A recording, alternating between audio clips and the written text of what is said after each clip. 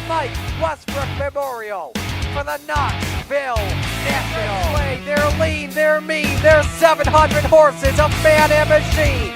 They're full wide, green flag, showtime, the Knoxville Nationals are green.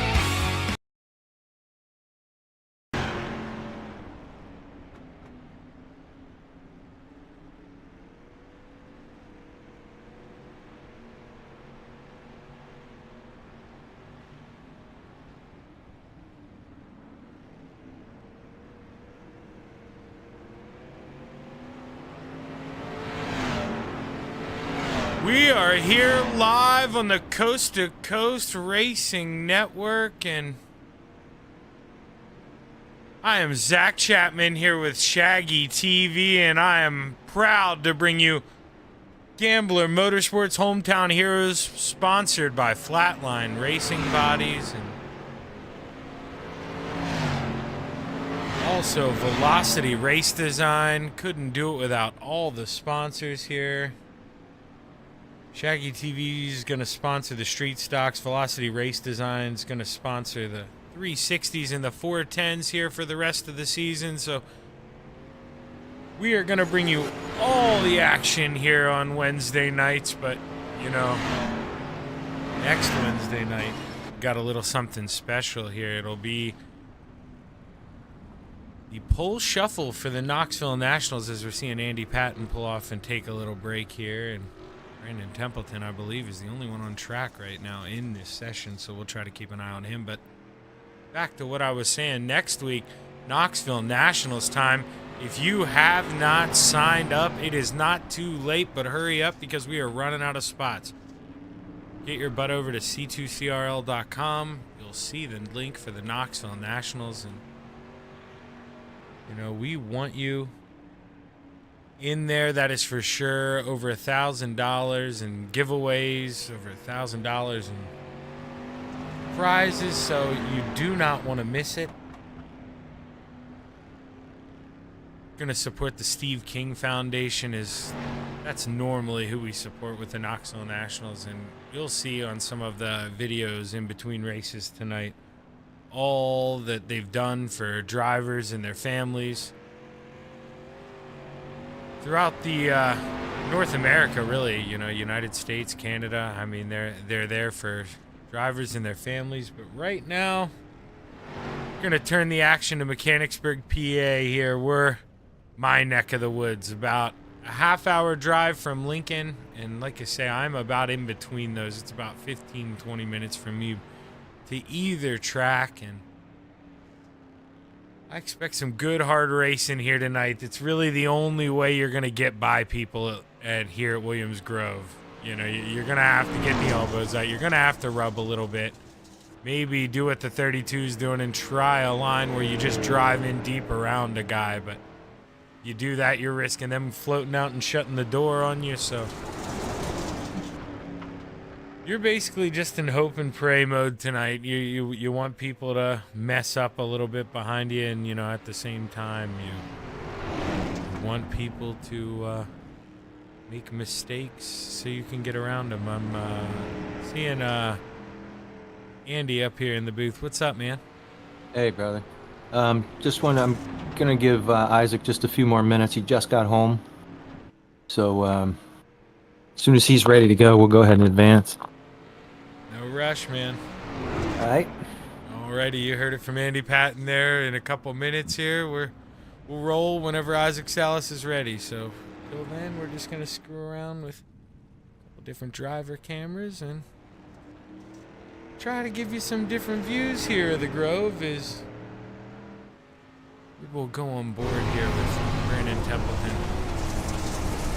See what a fast lap looks like here.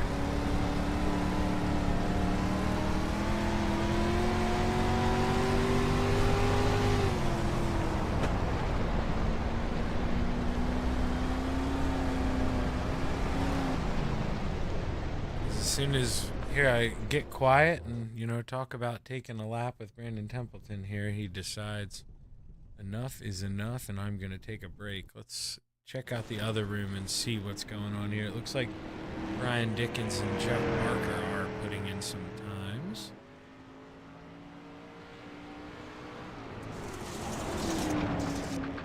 Brian Dickens here in the 122. Jeff Barker's pulling off again. Every time I go to him, he pulls over. So we'll go back to Brian Dickens here for a little bit.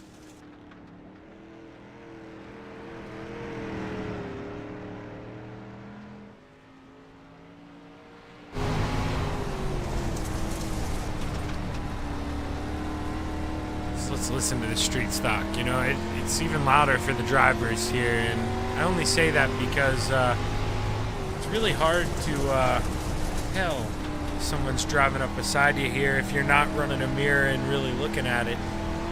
You've got to really be able to distinguish from your motor to someone else's. But it looks like they did roll over in advance, and it doesn't bother me here, but normally we don't roll till about 7 o'clock, I think it says on the schedule. So hopefully all the drivers that wanted to make it here are here.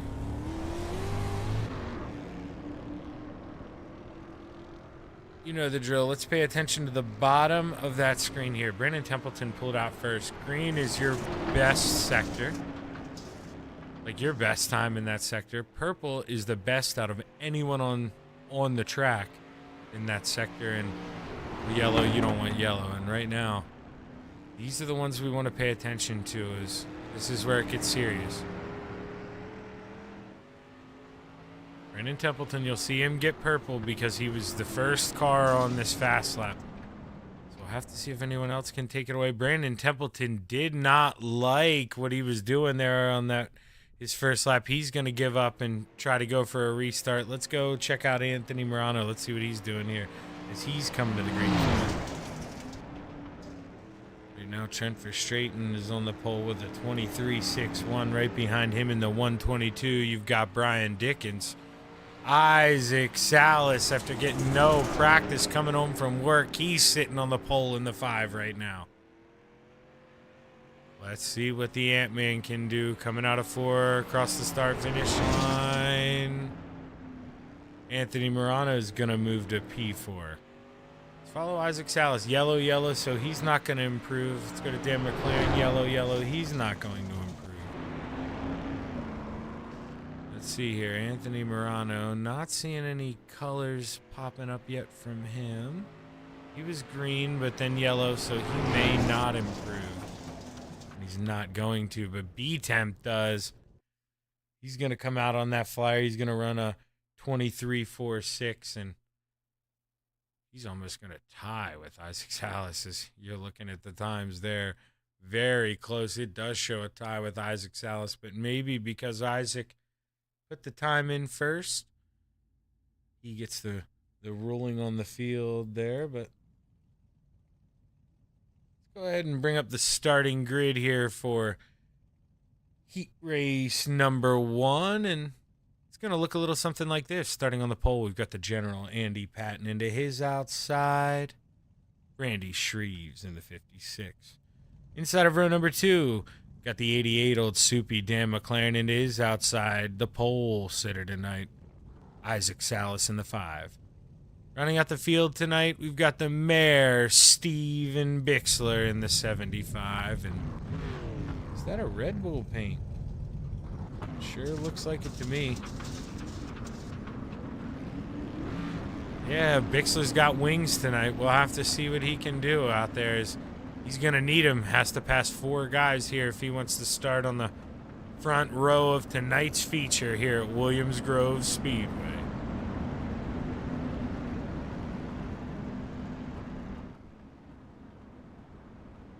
Coming down the backstretch one final time. Pace trucks lights are off. Should be pulling in, and well, we're going to get ready to set the night. Here, start the action as we're going to get ready to play in the clay at Williams Grove Speedway as the green is high in the air and it's flying. Let's go racing here at Williams Grove. Andy Patton in the 87 is going to look to slide up in front of the 56. Maybe slides a little too high as we're 3 wide going down the backstretch here at Williams Grove. Dan McLaren not going to be the one to lift on the bottom in that 88 as he is going to push the envelope here. He's going 3rd to 1st on the first lap here as the 88 takes over the lead, racing hard for 2nd. Little contact for 3rd between Isaac Salas and the general Andy Patton. No harm, no foul. Everybody keeps on rolling. Isaac Salas looking to make a move in 3 and 4 as he's trying to duck below the 56 of Randy Shreves, but he can do nothing of the sort here. But the 88 of Dan McLaren looks to pull away here out front at Williams Grove. Randy Shreves in the 56 has to get defensive here on corner entry, and he does. He shuts the door on Isaac Salas. Isaac in the 5 going to look for a big run off of 4. Going to look to see if he can't counter and look low here. But he's going to, no, he is going to look low here. He's going to even surprise me up here in the booth. Isaac Salas got a fender on Randy Shreves. He's going to maybe pinch him a little bit. Contact. And they're going to keep on rolling. Meanwhile, they are actually running down the 88 of Dan McLaren, if you believe it or not, going into the corner there. It's only 0.3 of a second, but Soupy really pulled him there in 3 and 4. Isaac Salas trying to go high and handsome here as he's going to go up. He's going to catch the wall, and that's going to ruin his chances at going for P2 as now Randy Shreves, he can calm down, catch his breath. He's got 1.5 laps here to go catch our leader as white flag is in the air. Final time around Williams Grove here in Mechanicsburg, PA, as this is an important race you're watching. This is for the this is for first place starting spot in your features. Soupy's going to protect on the bottom. We're going to be coming out of turns 3 and 4. Can Randy Shreves get a run? No. Dan McLaren is going to be heat race winner number 1, followed by Randy Shreves, Isaac Salas, Steven Bixler, and Andy Patton not able to finish here in heat race number 1.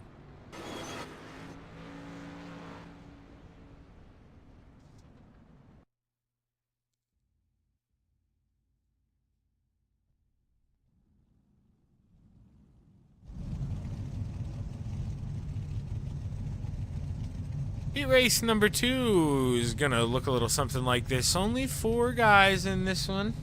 It's going to be Logan Wentz in the 118 on the pole, and is outside in the 122. Brian Dickens inside of row number 2. We've got the Ant-Man, Anthony Morano, and to his outside in the 31, Brandon Templeton.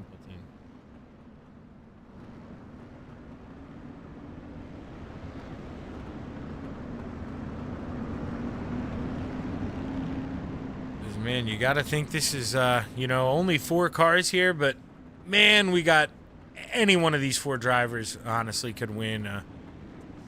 Logan's got to be the favorite here. He's normally pretty quick in these street stocks, and he's starting P1, but we'll have to see what these boys can do here as we're coming out of turns 3 and 4, and we're going to get ready to play in the clay here at Williams Grove Speedway as the green flag's high, and it's ready to fly.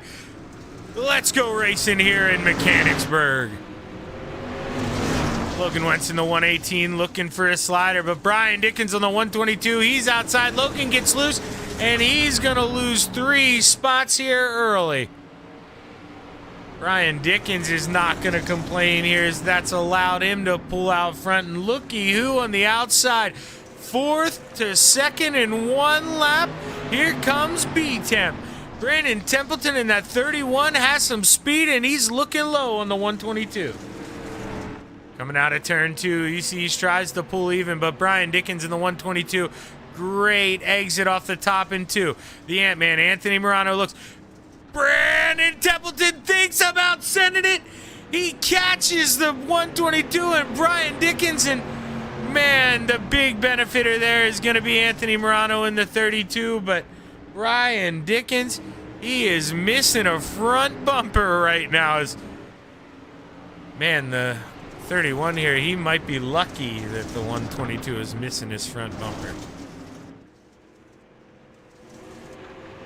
Coming to the cross flags here, halfway, 3 to go around Williams Grove, and the Ant-Man, Anthony Morano, almost up to a 2nd lead after he lucked into a little contact from some front runners. As the field looks pretty much settled here. Brandon Templeton is making a run, but he's really pushing the issue, and you see gets into the inside tires, and man, with 2 to go here, he's just got to try to hope that 122 of Brian Dickens doesn't run him back down, because he remembers that slide job from the 31 here. And Brandon Templeton, I think maybe he remembers throwing that slide job, as he's just going to let the 122 on by, not able to run down the leader.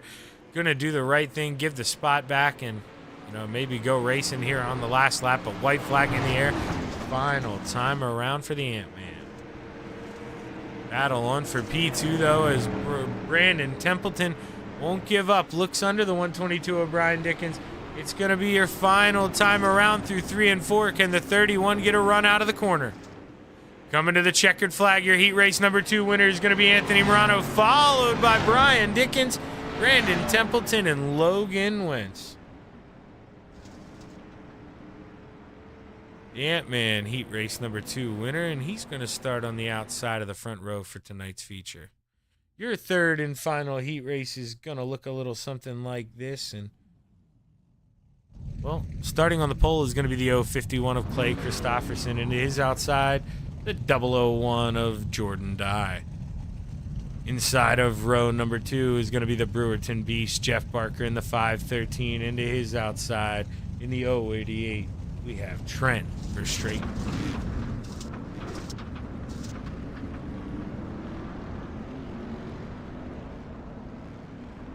We've seen guys win both heat races from row number 2 here, so pressure's on for Trent, and Jeff Barker here is statistically one of them should win this thing, or hey, other side of the coin here. Maybe. The front row is due here. Maybe we go with due theory. Jordan Dye, not very familiar with him in the 001. Maybe, maybe we get a newcomer up here, but we're coming out of turn 4. We're going to get ready to play in the clay at Williams Grove Speedway as the green flag is high and ready to fly. Let's go racing here in Mechanicsburg, PA. Tough start for Jordan Dye on the outside, and Trent Verstraeten is not going to be happy with that one. Battle on for the lead, though. Here's Jeff Barker all over the back of the 051 of Clay Christopherson. Gonna drive in pretty conservatively, but looking to make up speed on exit. Not enough, though, as the 051's gonna prevail on the high side. Jordan Dye, slight contact with the outside wall. We heard it. And on the inside of him, Trent Verstraeten struggling, looking loose there in the middle of 1 and 2. Clay Christopherson back out front, running high and handsome against that rim here. Just trying to really keep the motor wound up, and right now it looks to be paying off, as that was the fastest lap of heat race number 2 with a 23:70.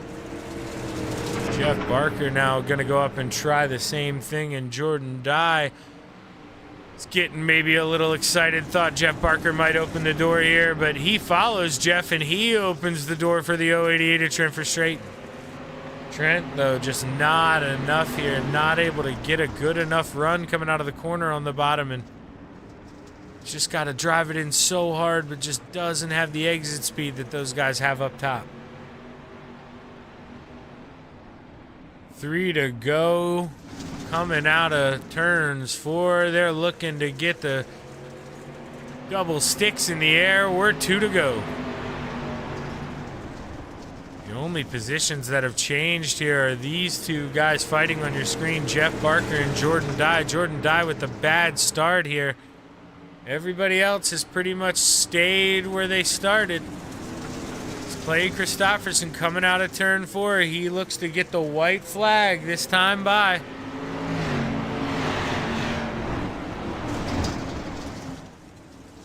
Jeff Barker feels a little pressure here for P2. Going down the backstretch is Jordan Dye. Close enough to make a move here. He's going to send it in. There's contact. He's going to send around the 513 of Jeff Barker. Oh, and now he's bumping with the 088 of Trent Verstraeten. Jeff Barker had to tow. Oh, Trent Verstraeten ended up.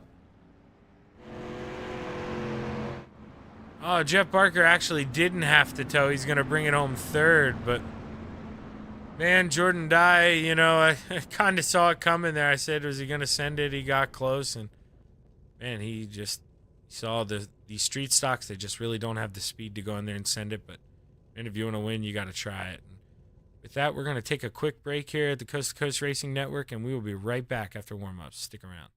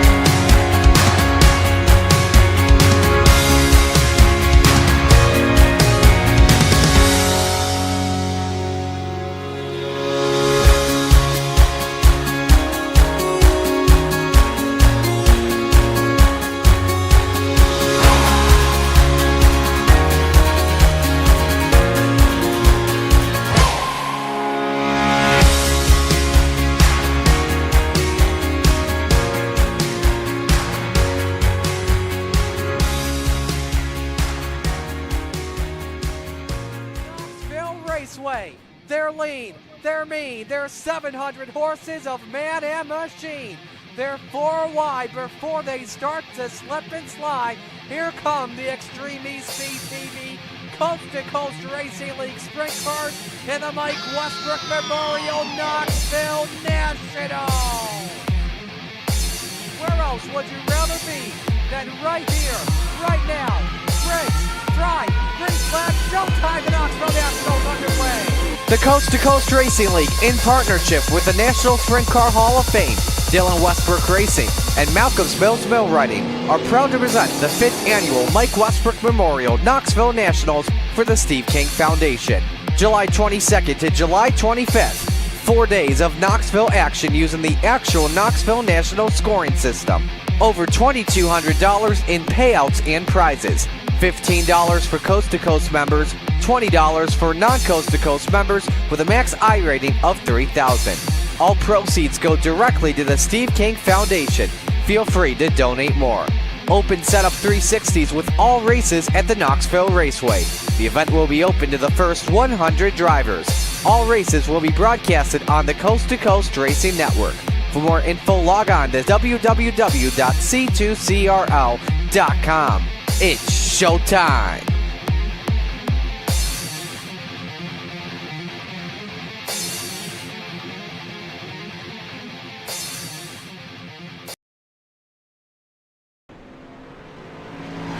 And we are back here on the Coast to Coast Racing Network as Brandon Templeton's going to top the speed charts here in Moormouse, followed by Isaac Salas, Randy Shreves, Dan McLaren, and Anthony Morano, your top 5. As we'll get ready to bring you your RSN trackside feature starting lineup here as soon as they flip over, and it's going to look a little something like this here. Starting on the pole, we've got the 88 Soupy Dan McLaren into his outside, the Ant-Man in the 32, Anthony Morano. Inside of row number 2, we've got the 051 of Clay Christopherson, and to his outside in the 56, we've got Randy Shreves. Inside of row number 3, we got the 122 of Brian Dickens, and his outside in the 088.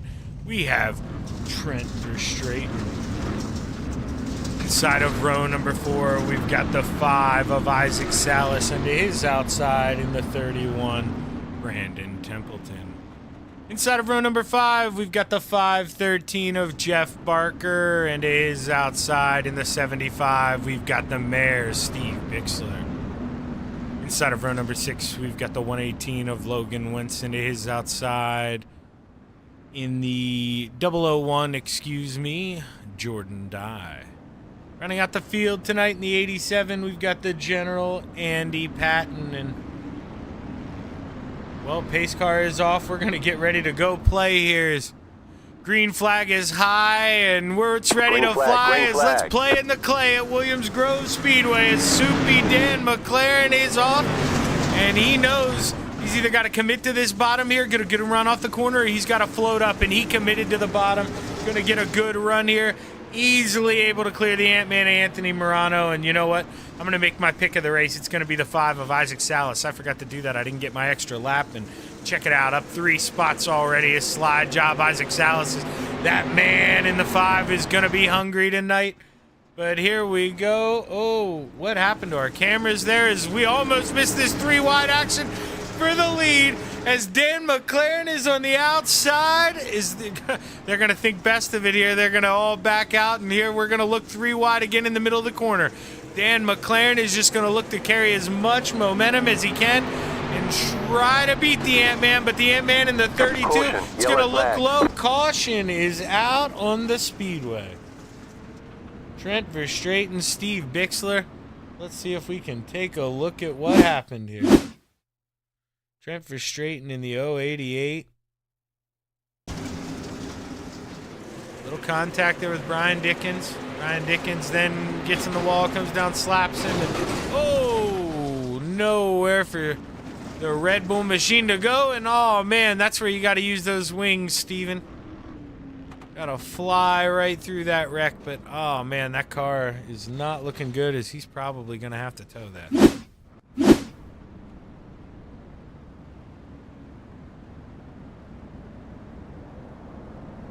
Out front, this man, Dan McLaren in the 88. He doesn't mind the caution, as he was starting to feel a little pressure, and now maybe he can gather his thoughts, settle down, and get ready to go back to work here.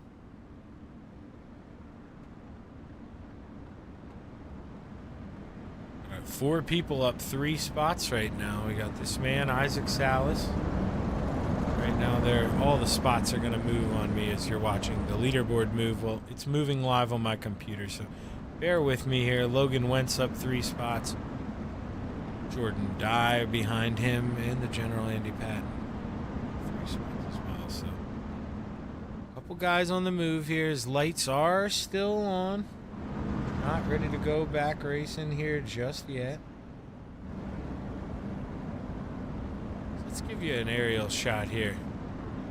So right now, coming out of turn 4, you see we got a parking lot behind the front stretch, but where the veterans like me park. Okay?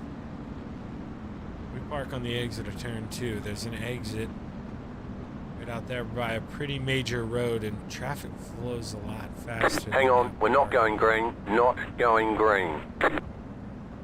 We are not going green for some reason. I'm going to extend it again here.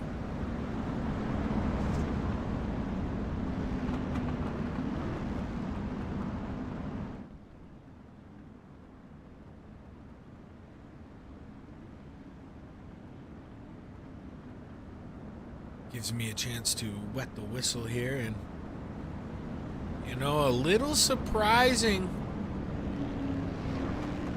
Dan McLaren, him and Isaac Salas are teammates. Leader gets choice on restarts. He could have went to the high side and counted his teammate down, but maybe knows that Isaac is gonna be fast here tonight, and possibly you know, you don't want that 5 car behind you. I mean, I picked him to win. He's got to be one of the favorites, and arguably 3 of the favorites in the top 4 right now. But ignore the Trent Verstraeten and Steve Bixler that it has up at the top. We know it's the 88 of Dan McLaren.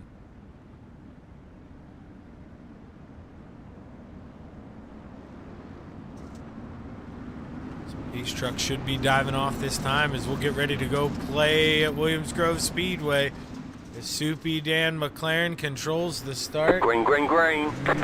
Pretty good jump there, as he should be able to, easily slide up in front of the 32. And, well, Isaac Salas, here he comes. Good restart, and already battling for P2 as he's on the inside of the 32. Gonna check the throttle up, enter in slow, try to pick it up early in the middle, and you see how much that pays off. He may beat the 32 to the line as it's too close to call.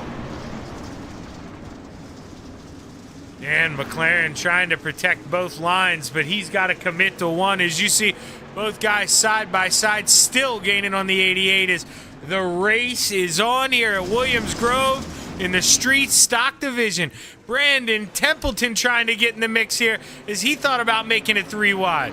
The Ant-Man Anthony Morano, you saw him kiss the wall. Now Isaac Salas easily into P2, and he can go to work on his teammate in the 88.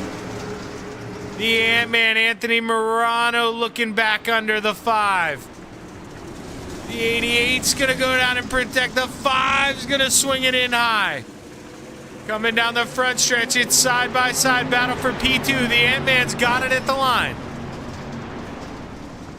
Anthony Morano battling hard on the bottom here, getting a good run off of 2. Just gets a little sideways, loses his speed as the 5 counters back. This is your battle on track right now, and Brandon Templeton, he may be even faster than both of these guys, but he just has nowhere to go as they're side by side in front of him. Isaac Salas trying to make the high line prevail as he's finally able to clear the 32 of Anthony Morano going down the backstretch. Dan McLaren enters real low, possibly kisses the wall there as it looked like he really tightened up in the center of the corner, but the 5 of Isaac Salas not able to take advantage. Anthony Morano back to the bottom, looking low here. Gets great runs in the middle off, but just you got to back down so much to get it to stick, and we're just seeing those guys run out of horsepower. Dan McLaren really setting the pace out front. Jordan Dye trying to drive his way back up here as him and Logan Wentz side by side. Logan Wentz in the 118. You remember both of these guys had trouble in their heat races. They're both up 4 spots, but they're going to need a caution if they want to catch your leaders. Brandon Templeton up 5 spots right now. Your current Flatline Racing Body's hard charger, and he's looking for a little more here. Is Isaac Salas P2? You saw it blinking a little bit. Not what you want to see if you're the 5 car here. Is we're about halfway here, and you're right behind the leader. You don't want to start having connection issues. Clay Christopherson feeling it from Randy Shreves. Here's Clay Christopherson down 3 spots from the start of the race, or down 2 spots from the start of the race here, excuse me. Trying to prevent from going 3 here is the 56 of Randy Shreves. He really sends it in going into 3.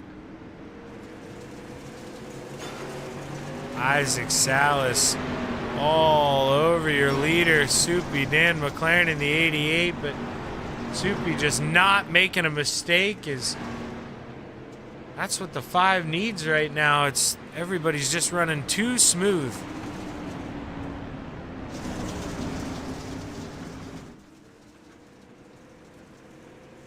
$12 to go as we cross the stripe this time by. Isaac's got plenty of time, but he just can't make a mistake. He's got to make sure he keeps that 88 in his sights.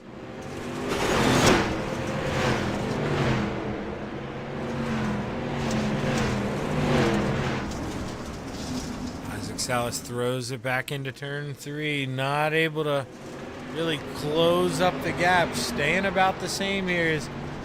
Let's go ahead. Let's show you the lap history here.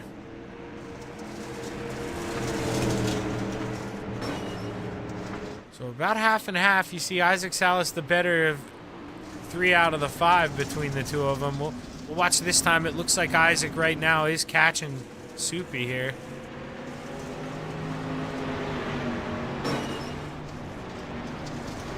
Yeah, right now it was the fastest out of all 3 there. Brandon Templeton was actually the fastest out of the 3. You saw 2 of those laps. Him and Anthony Morano, you keep seeing they keep rotating back and forth here as the battle is on for P3. Let's give that a look here. Final step of the podium. Can Brandon Templeton get on it? He's at the line. It looked like the 31 of Brandon Templeton did have it. He's going to send it in deep in 1 and 2. Look to carry that momentum, and man, that thing is quick right now on the high side. Isaac Salas looking to do the same thing to the 88 as he's really sending it in up there. Brandon Templeton is going to clear him, and he does have P3. He needs a caution, though, for these guys to get racing if he wants to contend for the lead. Dan McLaren doing enough to just slow down the 5. You see the 5 really sending it in there, trying to gain all the ground he can, but the 88 is just perfect down there right now. Running the best line he possibly could out front. So defensive. He's not losing a lot of time either, which is pretty amazing. The 88 doing a great job out here. Going to send it in low into 3 and 4. Isaac's going to send it in deep on the high side. This is where Isaac's got to hope that he can make it stick one of these times, but man, the 88 has been so good on the bottom of 3 and 4. Now the 5 here, he's going to shoot it in on the bottom, but it's just going to slide up, lose all that momentum, and you see, just watch the gap there just increase as Dan McLaren really pulls away, coming off at 2 and coming out of 4 this time by. We're going to get the 5 to go as the 5 of Isaac Salas.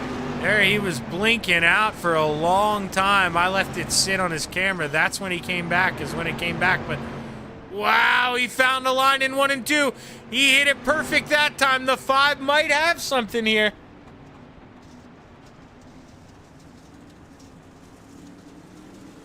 Let's see if we can go into a little aerial view here for a lap or 2 here. Is not much going on in the rest of the field, pretty much single file, so we're going to stick to the lead here, and this is why. Isaac Salas has figured something out on the bottom of 1 and 2. He is right there on the 88.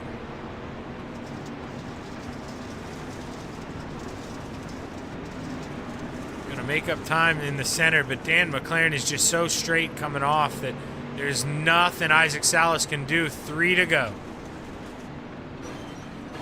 Isaac Salas on the bottom. They're side by side going down the backstretch.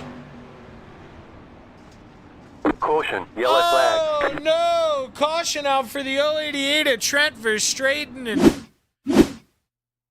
well, we're going to have a green-white checkered here.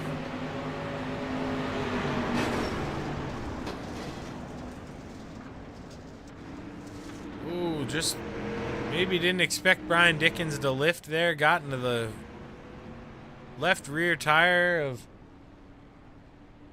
the 122, and he's just going to call it a night here. Let's ride on the roll bar here.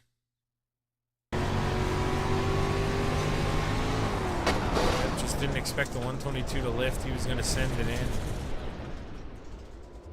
That's all she wrote for the 088 at Trent Verstraeten. But battle is going to be on up front. You got to think advantage 88 here as he controls the restart, and it's going to take a lap, maybe 2, for Isaac to get wound up and to even think about battling with this 88.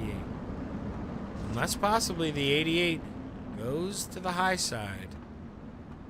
In 1 and 2. If he goes to the high side, 1 and 2, that made it real interesting really fast. That'll open the door for Isaac, and Isaac was having a lot of success on the bottom in 1 and 2, and car won't really be up the full song yet. He's going to hit that bottom better than he has as long as his mind is right here. He should hit it no problem. Dan McLaren's ready to take us back to the green flag here at Williams Grove. We're going to have 2 to go as we cross the line. Great restart for the 88. Isaac Salas right back to the bottom. Looks like he's going to miss the lane, though.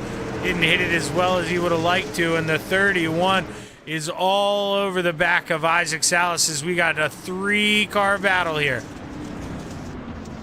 Brandon Templeton hits the bottom so well in 3 and 4. White flag flying. Final time for the 88. Isaac Salas is looking to send it in. Dan McLaren's going to protect. Coming down the backstretch here. It is going to be on between these 3. Dan McLaren looks to protect. Final time through 3 and 4. He is going to have it coming down the front stretch. Dan McLaren's going to win the street stock feature in the 88, followed by Isaac Salas in the 5, Brandon Templeton in the 31, Anthony Morano in the 32, and rounding out the top 5 is going to be Clay Christopherson.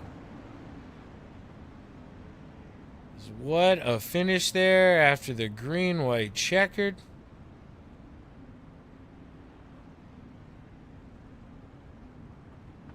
We are going to see if we can't find the feature results here, and it doesn't look like they want to show up on the results tab. Never mind, there they finally are. And we're going to run through your finishing order, and it's going to look a little something like this. Randy Shreve 6th, Brian Dickens 7th, Steve Bixler 8th, Jordan Dine 9th. Brewer Tim Beast 10.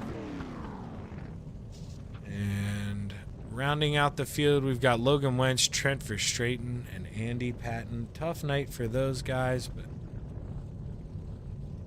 man, what a night for your winner here. Dan McLaren he was quick, able to set the pace the whole time, and we are gonna see if we can't go get a word with him.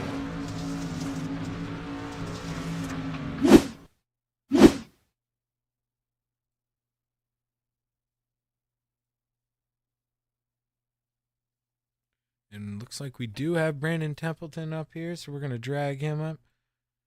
Hey, Brandon, Shaggy up in the booth, man. You got a copy? Yeah, I got you.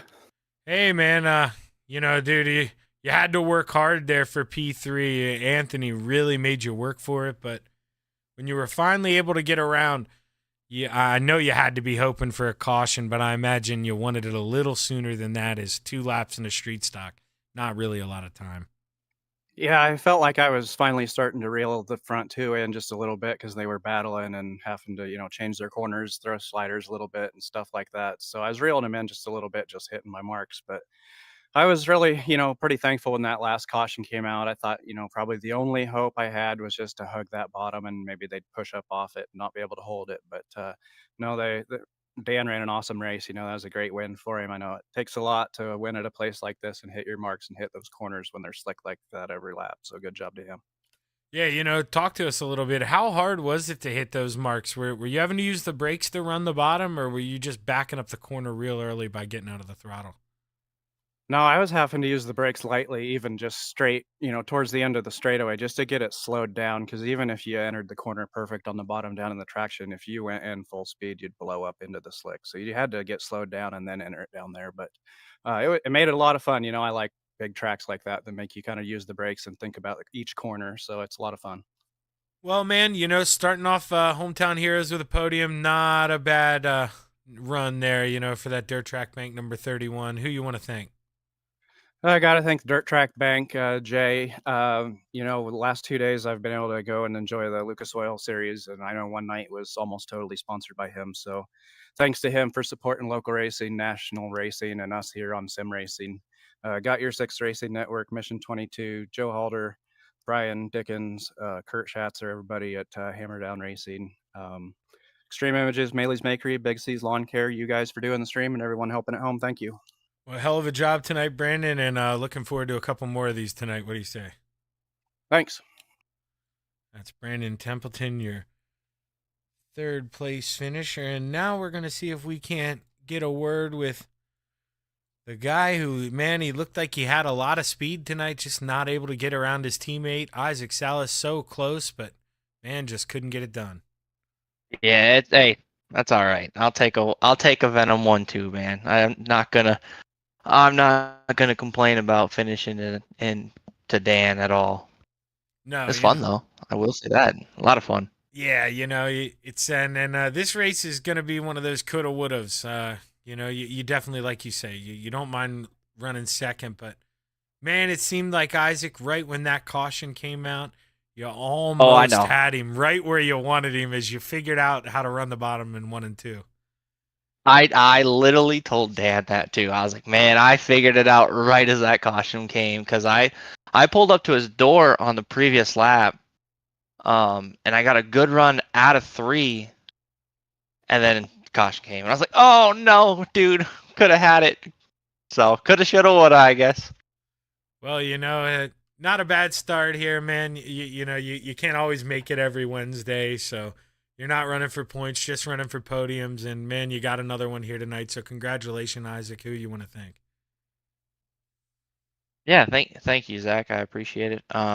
Thanks to all the boys over at Venom Racing. It's good to rack up the 1-2s. I think we've had a couple this season, which is crazy to think. Dean, the Super Dirt Car Series. Magnum Race Designs, Tommy Gun Customs for that new DSS paint, which I'm still a fan of. I'm in love with that thing. I like the white. I don't know why. RSN Trackside, Mission 22, Top Notch Trucking. Thanks to you for the broadcast. Thanks Coast to Coast for the league. Other than that, thanks to my friends, my family, Kelsey for always tuning in and watching. And good run to Dan and good run to Mr. Brandon. Well, hey, hell of a run tonight, Isaac. Are we gonna see you in the 360s? No. Sorry, buddy. I got a pack. I got a pack.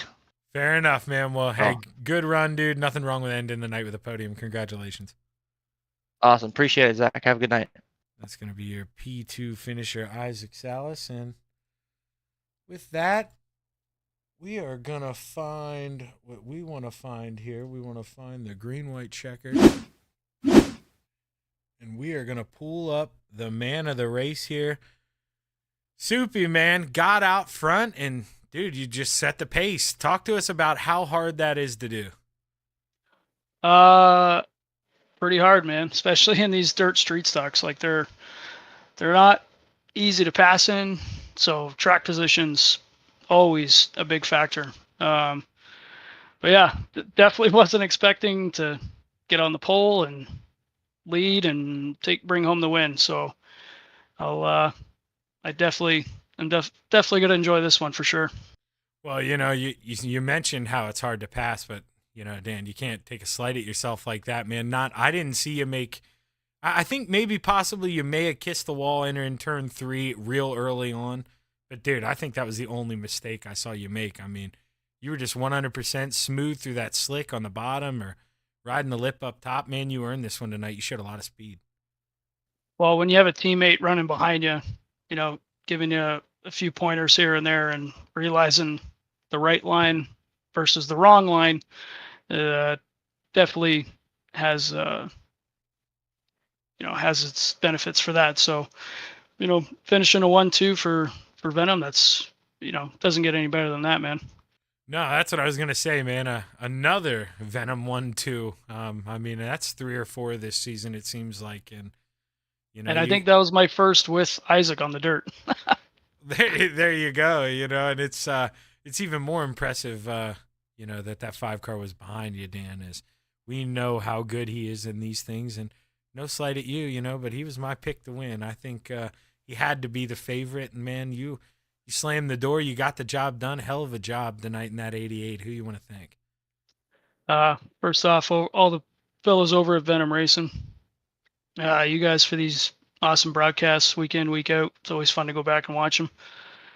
Roger and all the fellows behind the scenes that put on this league, because if they don't put it on, we got don't have fun races to take part in. So special thanks to everyone that's involved in this and everyone that's watching. Well, hell of a job tonight, Dan. Are we going to see it all in the 360s and the 410s? You betcha. All righty, man. I'm rooting for you. Good luck, brother. Thanks, man. That's Dan McLaren in the 88, able to get it done, beat his teammate in the 5, and man, anybody who tunes in here week after week knows how hard it is to beat that 5, especially in a street stock. But the 88 got it done tonight at Williams Grove here in Mechanicsburg, PA, and he's going to load up the street stock. He's going to get the 360 out, and while he's doing that, we're going to take a quick break here on the Coast to Coast Racing Network, and we will be right back after a quick message.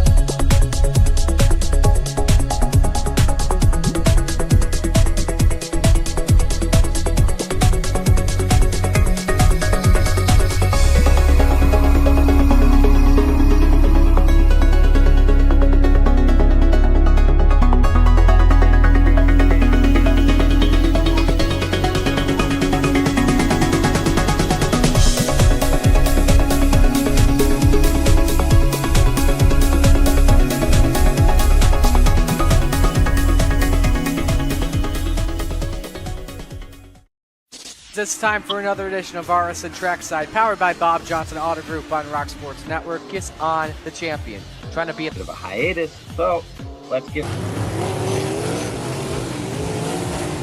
Tonight when we talked about it.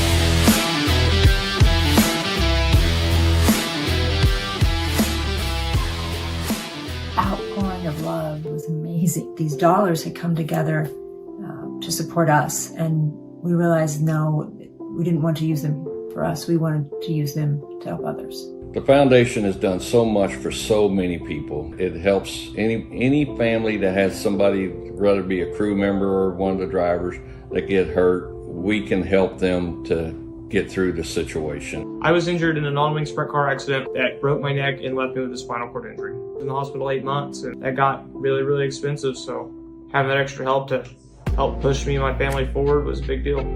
I was involved in a pretty gnarly sprint car crash. Found out my brain was swelling and bleeding. Pelvic bone was broken. I had 2 cracked vertebrae on my back, and I was in the ICU a little over a week. The Steve King Foundation reached out to my parents. We received a donation from them. Immediately they started me on what's called neurofeedback, and insurance did not cover the neurofeedback appointments. So we received another donation from the Steve King Foundation. It really helped a lot, and I just want to say thank you. Thank you from the bottom of my heart to the Steve King Foundation for everything that they have done for me.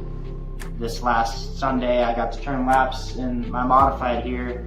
That was my first laps back in a race car since the accident, and I truly believe that if it wasn't for the Steve King Foundation, I wouldn't be able to do that or be where I'm at today. Yes, Steve's death is the reason the foundation exists, but it's Steve's life, and it's the lives of racers everywhere, is the reason we're able to do the work we do.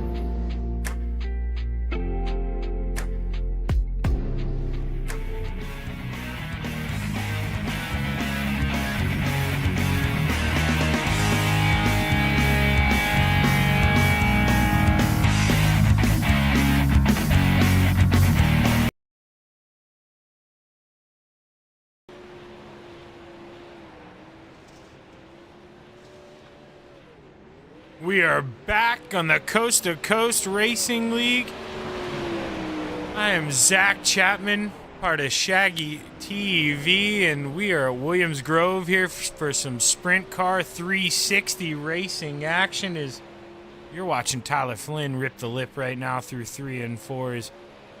He's trying to find a little bit more speed, but right now P4 on the charts, and with a field of 17 guys, that's going to be pretty good. I think Tyler's going to be happy with that. We got Superman Kurt Schatzer. He's just hanging out up top there in 3 and 4. Wants us to get a nice little view of that car, I'd imagine.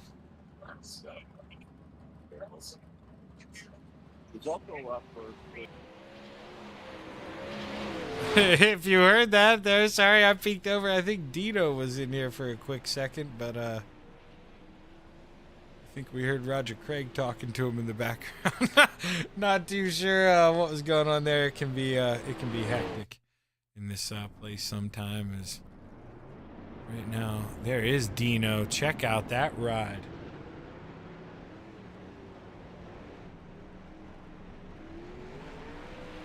And that's right. So,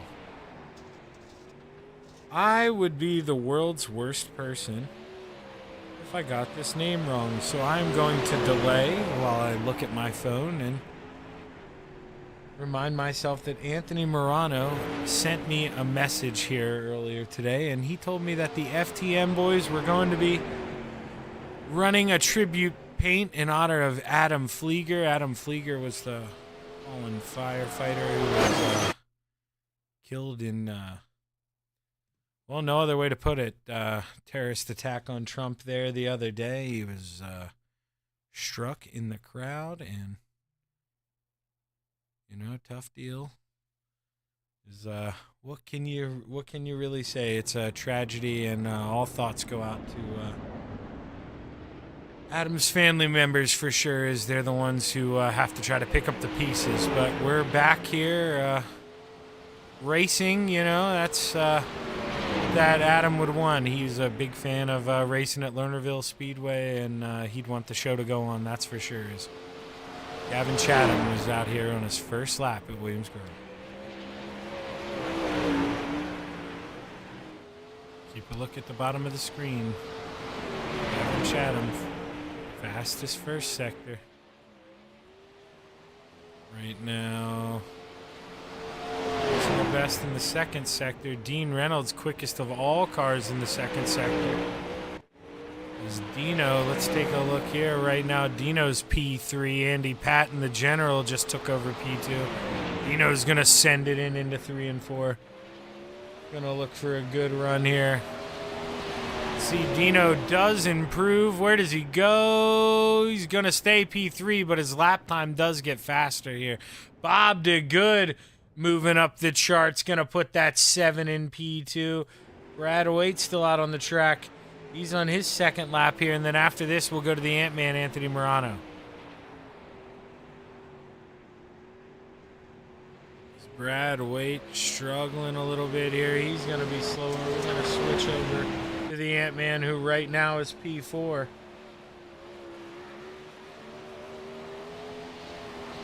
Let's see, oh well, Steven Bixler purple in Sector 1, but slower in Sector 2 there. Steven Bixler found a little bit of time. Ross Carena here, he's finishing up lap number 2. And that Velocity Race Designs number 10, and he's going to qualify P11 here. It's going to do it for qualifying, and we're going to roll into heat race number 1, and, well, that's going to look a little something like this here. Is starting on the pole, we've got Soupy, Dan McLaren, into his outside in the 75, Steve Bixler. Inside of row number 2, we've got the Ant-Man, Anthony Morano, and his outside in the 99. We've got Gavin Chatham. Running out the field tonight in row number 3, we've got the 56 of Randy Shreves, and to his outside, the Bassman, Roger Craig.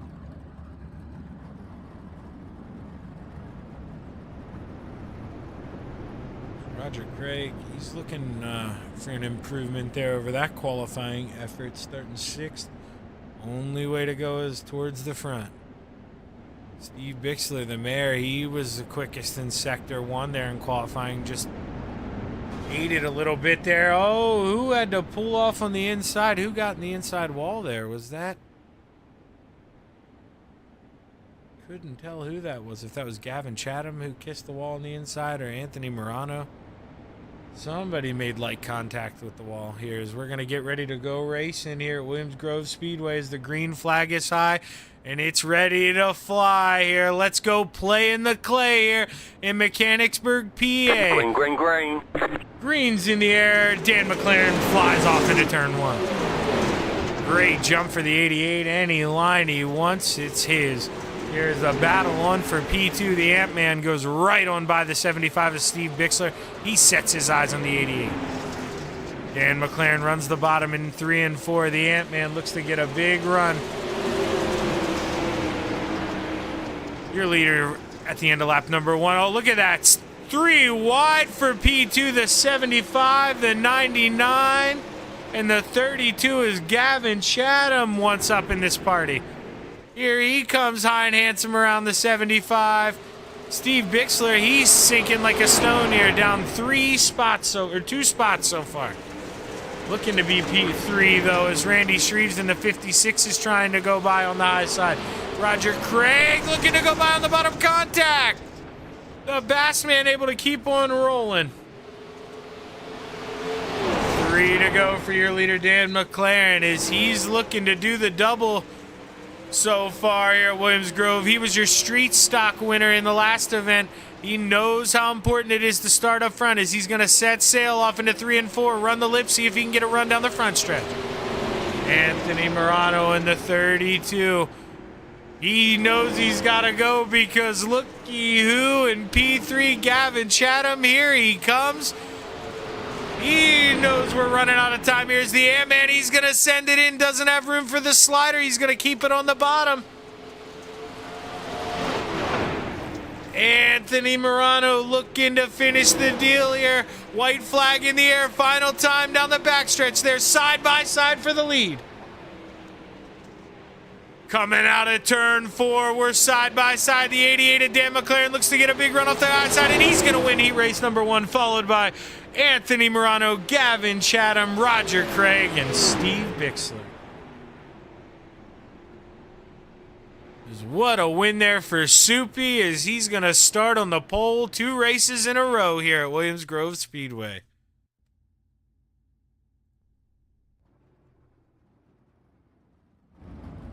Heat race number 2 here. It's going to look a little something like this on the pole. We've got the 10, Ross the Boss Corinna into his outside in the 218. We've got Superman Kurt Schatzer. Inside of row number 2, we've got the General Andy Patton into his outside, the 7 of Bob DeGood. Rounding out the field tonight in row number 3, we've got the 117 into his outside in the 050, or the 117 Michael Todd into his outside in the 051. We've got Clay Christopherson.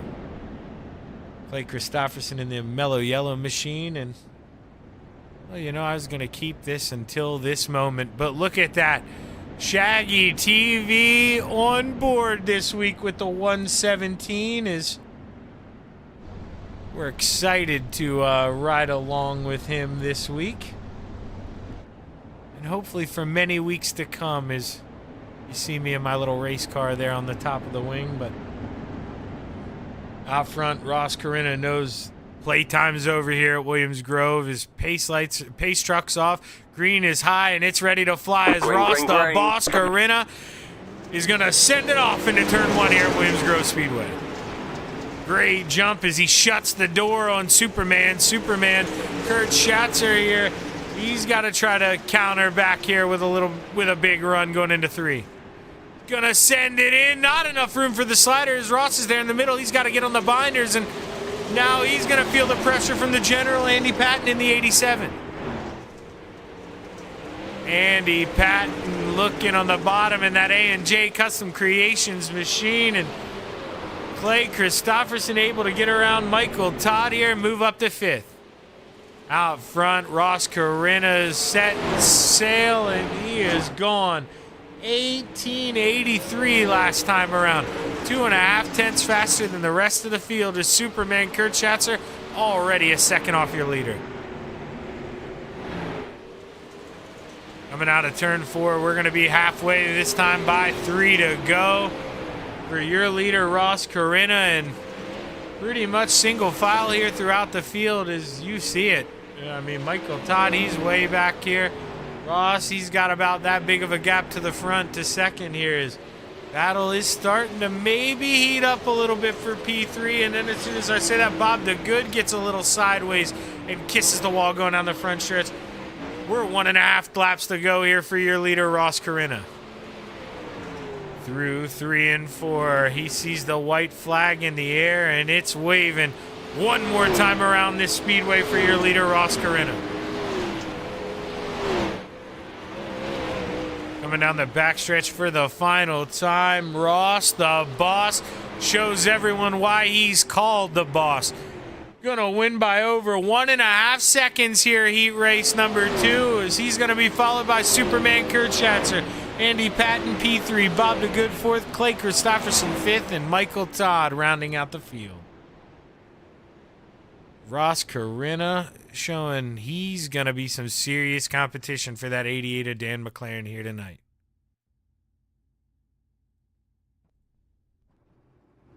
Heat race number 3 starting grid is going to look like this. Brad Waite in the 814 on the pole, and is outside the Brewerton Beast in the 513, Jeff Parker. Logan Wentz in the 118 is going to roll off in the inside of row number 2 and is outside Dean Reynolds. Rounding out the field tonight in the 831, we're going to have Tyler Flynn and let's see here what kind of view we can get of these teammates side by side here going down the backstretch in their tribute cars.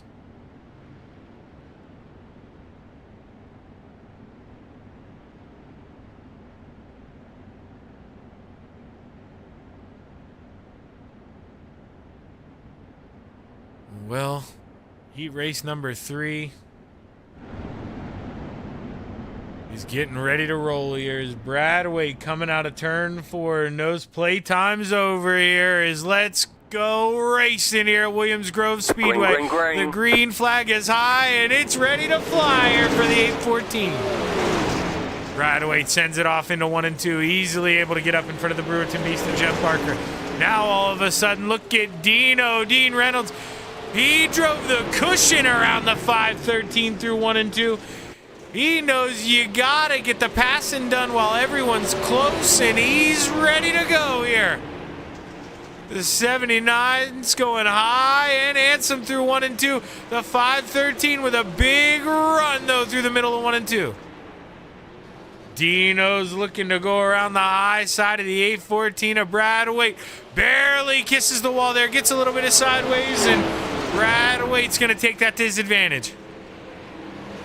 Dino so high in 3 and 4. Let's see if it can pay off for him. He's right to the rear end there, entering the corner.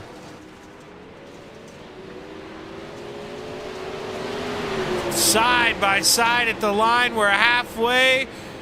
Dino with a big run on the outside coming out at 2 as we have a new leader going down the backstretch. Dean Reynolds in the 79.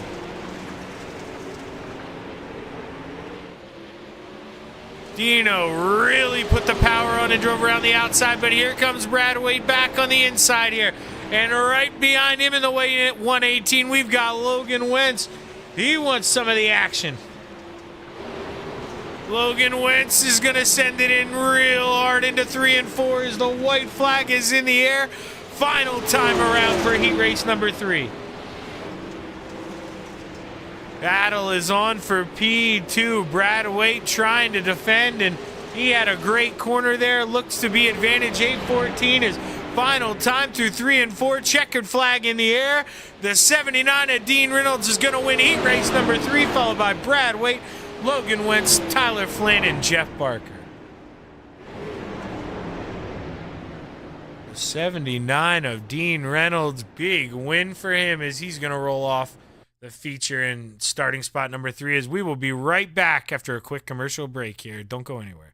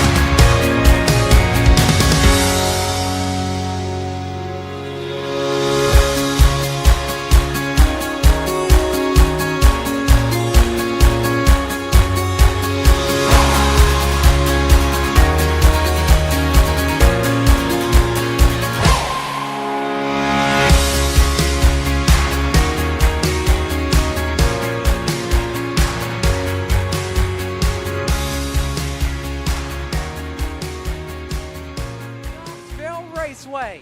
They're lean, they're mean, they're 700 horses of man and machine. They're 4 wide before they start to slip and slide. Here come the Extreme ECTV Coast to Coast Racing League Sprint Cars in the Mike Westbrook Memorial Knoxville National. Where else would you rather be than right here, right now? Race, drive, green flag, showtime in Knoxville Nationals underway. The Coast to Coast Racing League, in partnership with the National Sprint Car Hall of Fame, Dylan Westbrook Racing, and Malcolm's Mills Mill Riding, are proud to present the 5th annual Mike Westbrook Memorial Knoxville Nationals for the Steve King Foundation. July 22nd to July 25th. 4 days of Knoxville action using the actual Knoxville National scoring system. Over $2,200 in payouts and prizes. $15 for Coast to Coast members, $20 for non-Coast to Coast members with a max I rating of 3,000. All proceeds go directly to the Steve King Foundation. Feel free to donate more. Open setup 360s with all races at the Knoxville Raceway. The event will be open to the first 100 drivers. All races will be broadcasted on the Coast to Coast Racing Network. For more info, log on to www.c2crl.com. It's showtime.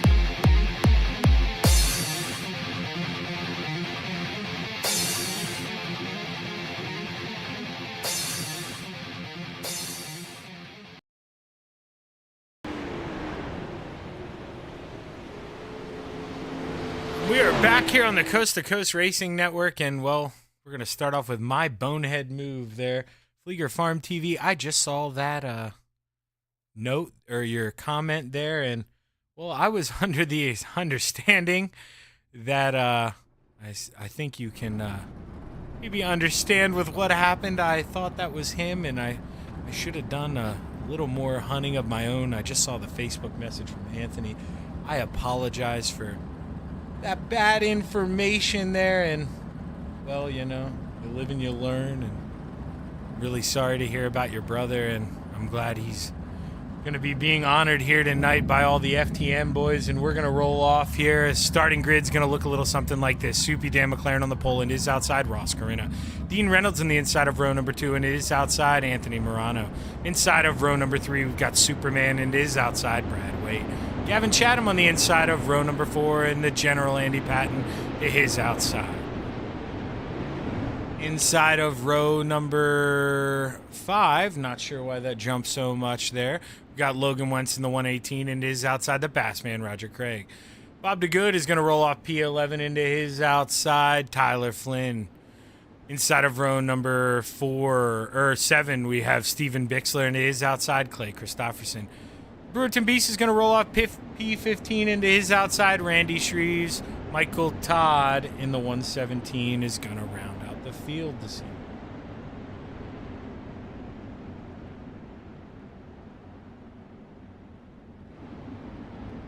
Or a fellow firefighter. See, I still don't even know how to read Flieger Farm TV. So a fellow firefighter who your brother served with. See, I've got to go back to high school here, learn a little bit of reading context. I read that as that was your brother, and just see the struggles here. And the only thing I really know how to do is call these races. But final time down the backstretch here in Mechanicsburg, PA, as the 360s are going to get ready to fire here, and the 88 of Dan McLaren's going to look to go back-to-back here as green flag is in the air. It's high. It's ready to fly. Let's go play in the clay at Williams Grove Speedway. The Soupy in the 88. All engines fire here as he sends them off into turn 1. Good jump. Able to get right in front of Ross Carina. Battle on for P2. Oh, here we go. 3 wide going down the backstretch. Ross Carina with a great run coming out of 2. Dan McLaren going to send it in. Looking high here as they're side by side at the line. Ross Carina looking to send it in, though, and protect. Ross, the boss, man, he is fast in these 360s, and if you don't know him by now, you're going to learn. But caution is out. Looks like we've got a couple things that could have possibly happened. Roger Craig, I believe. Let's see if we can go to the area, the Chapman Racing drone cam here. Let's watch Roger. So there's a little contact in front of him. Can't tell who that is. I believe the 118 of Logan Wentz, possibly Roger, gets on the binders. Oh, and he gets T-boned hard by Tyler Flynn in the 831. We're going to go back and we're going to ride on board here with Tyler Flynn. That is the worst onboard camera possible. We're going to try to find the better one. There we go. Tyler Flynn, yeah, he tried to react to it. You see, there's nowhere he could go, and that's how quick it happens here in a sprint car at Williams Grove.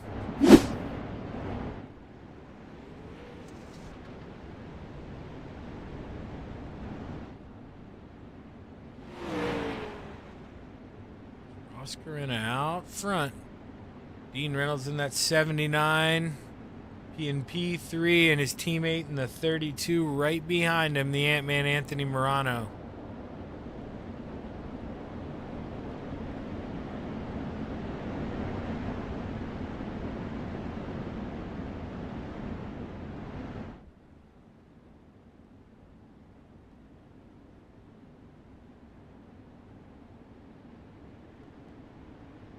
Pace lights should go off here, as they do. Hang on, we're not going green. And Not then going we're actually green. going to extend it one more time. Not too sure why.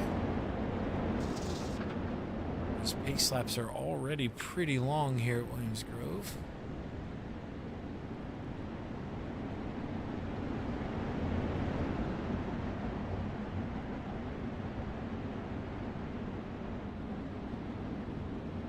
Give you a view of all these guys going down the backstretch here. Just the beautiful scenery up here in Mechanicsburg, PA. You know, my area, southern Pennsylvania, we're pretty much farm country. And we have obviously a few cities like Harrisburg, York. Not many big cities, a lot of lower population towns with a lot of farm area, a lot of racetracks in the area. Just beautiful scenery around here in Pennsylvania.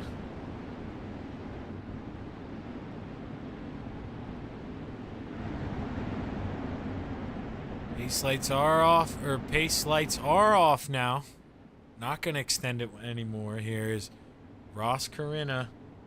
Looks to set the pace here at Williams Grove.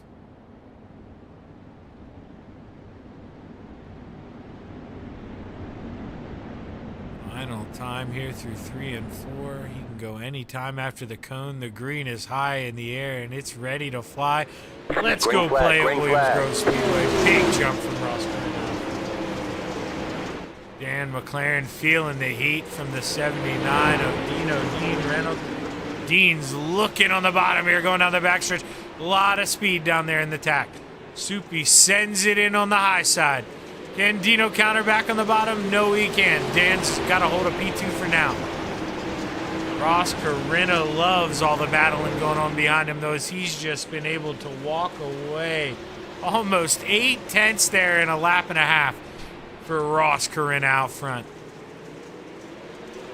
Kurt Schatzer trying to find some room here on the high side, but he opens the door for Gavin Chatham in the 99. Gavin Chatham surfing on the bottom, trying to find some speed. Gavin Chatham trying to get side by side with the 218 of Kurt Schatzer. Just not having a lot of luck on that bottom. You gotta be good with throttle control down there. Ease to the door of the 218. Anthony Morano feeling the pressure from Superman as Superman's got the cape on, trying to go around the high side. Kurt Schatzer's got a lot of speed in the middle of the corner, looks to diamond under the 32, but he gets a little sideways and has to get back in line.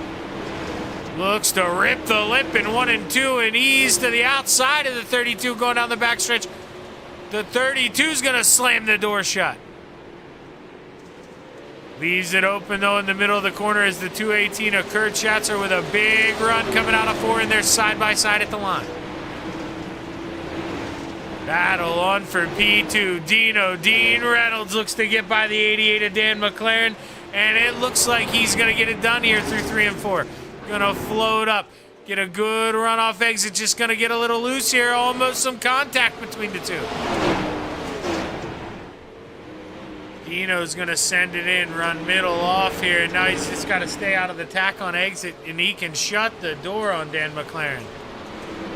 Anthony Morano looks to go low, shut the door. Superman gets into the 99 of Gavin Chatham, and Gavin Chatham, well, he's not going to be happy about that one. He's going to have to run these guys back down.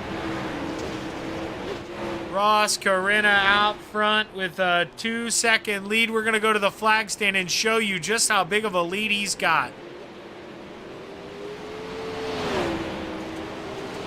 Count it down for yourself. Huge lead for Ross, boss Corinna, as we're racing all over the track here at Williams Grove.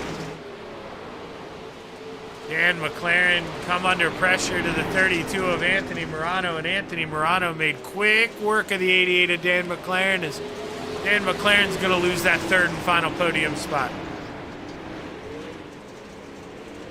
The 32 looking to make sure 2 FTM boys finish on the podium, but he wants to get by Dean Reynolds. He wants to see if he's got pace to go down, to run down Ross. Kurt Schatzer running the high side, looking to get above the 88. The 88 shuts the door, enter in turn 1. Kurt Schatzer's got to crack the throttle. That opens the door for the 99. The 99's got to back out of the gas. As we're 3 wide coming off of 4 here, the 99 kisses the wall. He's going to lose some speed. Yellow flag. Caution is out here on the track. Steve Bixler and Logan Wentz. Let's see if we can take a look.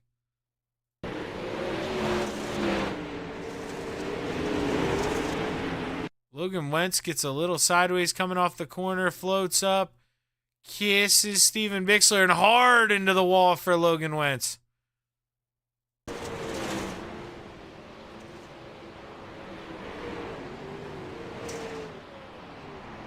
Nothing Steve Bixler could really do about that, and the 75 machine is, he's going to have to take that thing down pit road here and get a quick repair.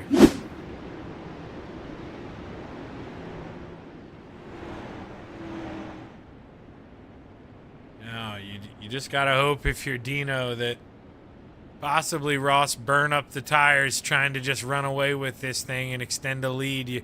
That's really your, you got to hope and a prayer here.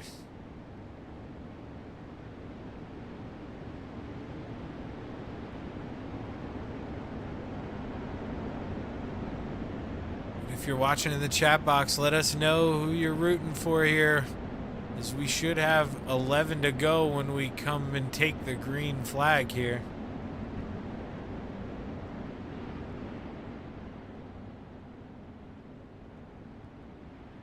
Let us know if you think anybody's got anything for this 10 machine tonight, as Ross has been on the rails out front.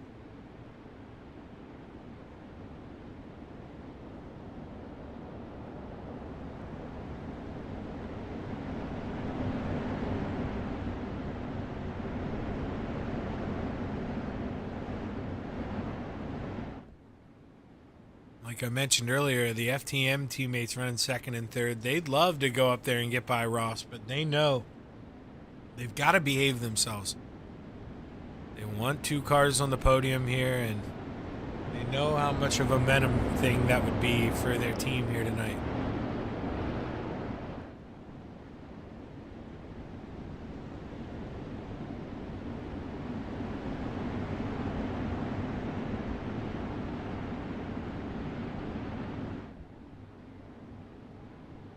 Final time down the backstretch here at Williams Grove is Ross Carina ready to get back under racing action here. He's had the car to beat. Can fire anytime after the cone here coming out of 4 as the green's high and it's ready to fly. Green Ross flag, Carina green with flag. a great jump on the bottom. Gonna pull along the Ant-Man Anthony Morano as he throws a quick slider on his teammate Dean Reynolds. Dean Reynolds feeling the heat from the 99 and the 218 as they are side by side behind him.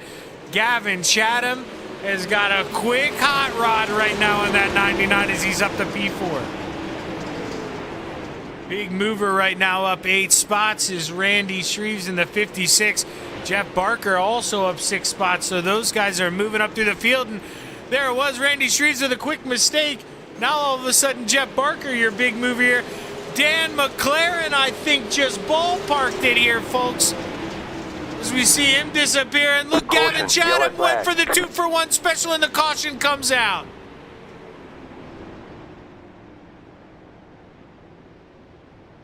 Yellow flag is out. Not too sure why. We're going to try and see if we can figure it out. It's not Michael Todd. Andy Patton, possibly?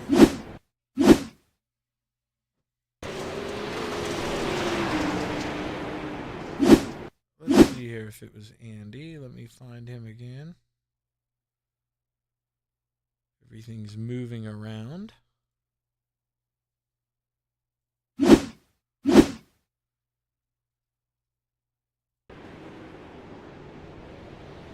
Yeah, so something possibly did break there. See, so this was Dan McLaren's hard hit into the outside wall, which no caution came out.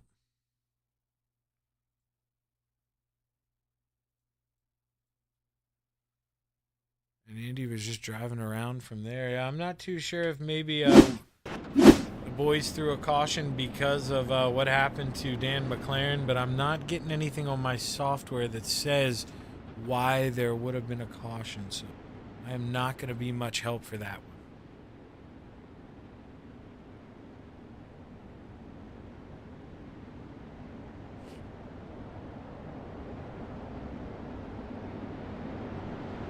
It's under caution here for the third time at Williams Grove Speedway. Should get the 8 to go when we go green here.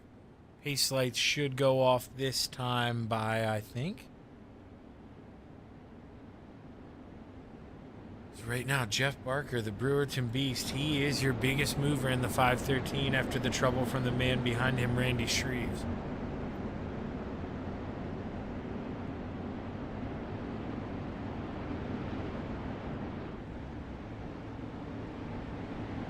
Within 10 to go, we will restart single file. Lights are off, so final time down the backstretch, and Ross Corinna just needs another good restart here.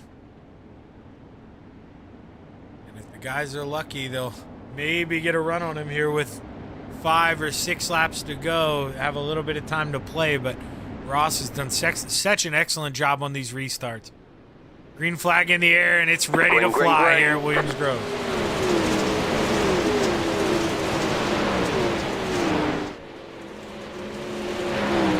Ross Corinna with a great run through 1 and 2. Battle is on for P2. Gavin Chatham looking to the high side in 3 and 4. Gavin Chatham looking high on the Ant-Man here. Anthony Morano as he's up in the Hershey Kisses in 1 and 2. What a run for the 99 as here comes Gavin Chatham. Gavin Chatham is the closest thing we've seen to have any speed here tonight to Ross, and caution is out. Gavin may have to give back up P2. Clay Christofferson, I'm seeing. The mellow yellow machine. Let's see if we can find what happened here. Oh, Bob the Good comes up going on the backstretch. Puts the mellow yellow machine hard into the wall, and he goes around, and Michael Todd ends up on his lid as well. Big wreck for Michael Todd. Let's see if we can go on board here with Michael Todd.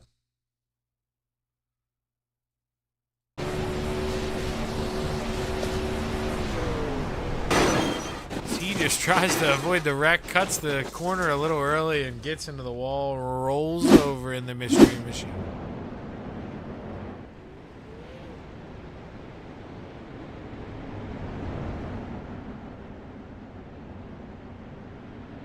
We are under caution here for the 4th time here at Williams Grove, and you know, Ross, these cautions really don't bother him. I mean, he'd like to get it over with, but that caution, actually, he probably likes it because Gavin's got to go back to work on the 32 of Anthony Morano here.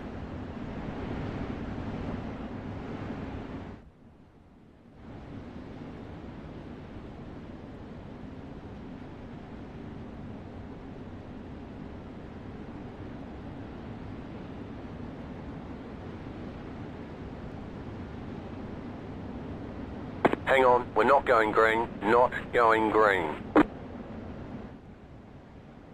You heard it. They're going to extend the green here another lap, so got a little bit more time here.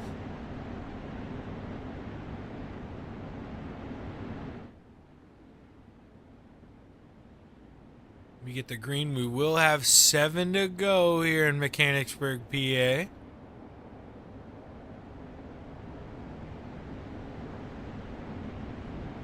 That 10 car of Ross Corinna, since he got by the 88 of Dan McLaren, he has just set sail. Nobody has been able to run him down whatsoever.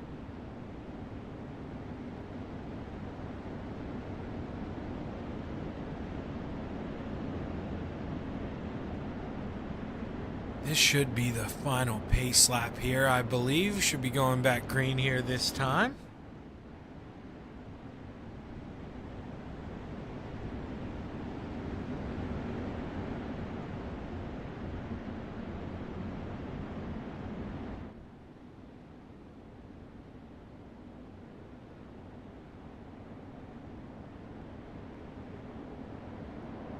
Tanner Ross Corinna is hoping this is his final restart. Just wants to get a rhythm in and finish this thing here as the 10 has been real fast and the 32 is going to look to protect P2 here. The green flag's in the air and it's ready to fly. Ross Corinna with a great start. Then Gavin Chatham in the 99. Right back to that high side where he had so much speed in the last run. Gonna rip the lip through 3 and 4. Can he get to the outside of the 32? Going down the front stretch, he's gonna easily clear the Ant-Man Anthony Morano, and he's got it at the line, which is a big deal. If a caution comes out, he is still gonna hold on to P2. The 99 is all over the back of the boss, Ross Corinna here, as we're coming down the front stretch here to get the 4 to go. The 99 is the closest we've seen anyone be to this 10, and the Ant-Man Anthony Morano almost gets into the 99 in the middle of the corner. He's maybe learned a little something since that 99 drove around him on the high side. Ross kisses the wall in the middle of 3 and 4 is worth 3 to go. Can the 99 do anything with the boss? Gavin Chatham in the double 9 is looking to have a good time here. He's throwing it in low in 3 and 4 and going to try to make it stick. Can he get a good run off of 4? No, he can't. 2 sticks in the air. 2 to go. The 99 is running out of time here. Just can't seem to get a run on the boss. Coming into turns 3 here. We're going to get the white flag here going down the front stretch. Final flag in the air. If Gavin's got anything, he's got to throw it now. Going to run the bottom here in 1 and 2. Can he pull beside the 10 of Ross Corinna? No, Ross is going to pull away, going down the backstretch. Entering into 3 and 4. Ross looks to have this locked up here. As coming out of 4, Ross Corinna is going to be your 360 feature winner. Followed by Gavin Chatham, Brad Waite, Kurt Schatzer, and Dean Reynolds. Round out your top 5.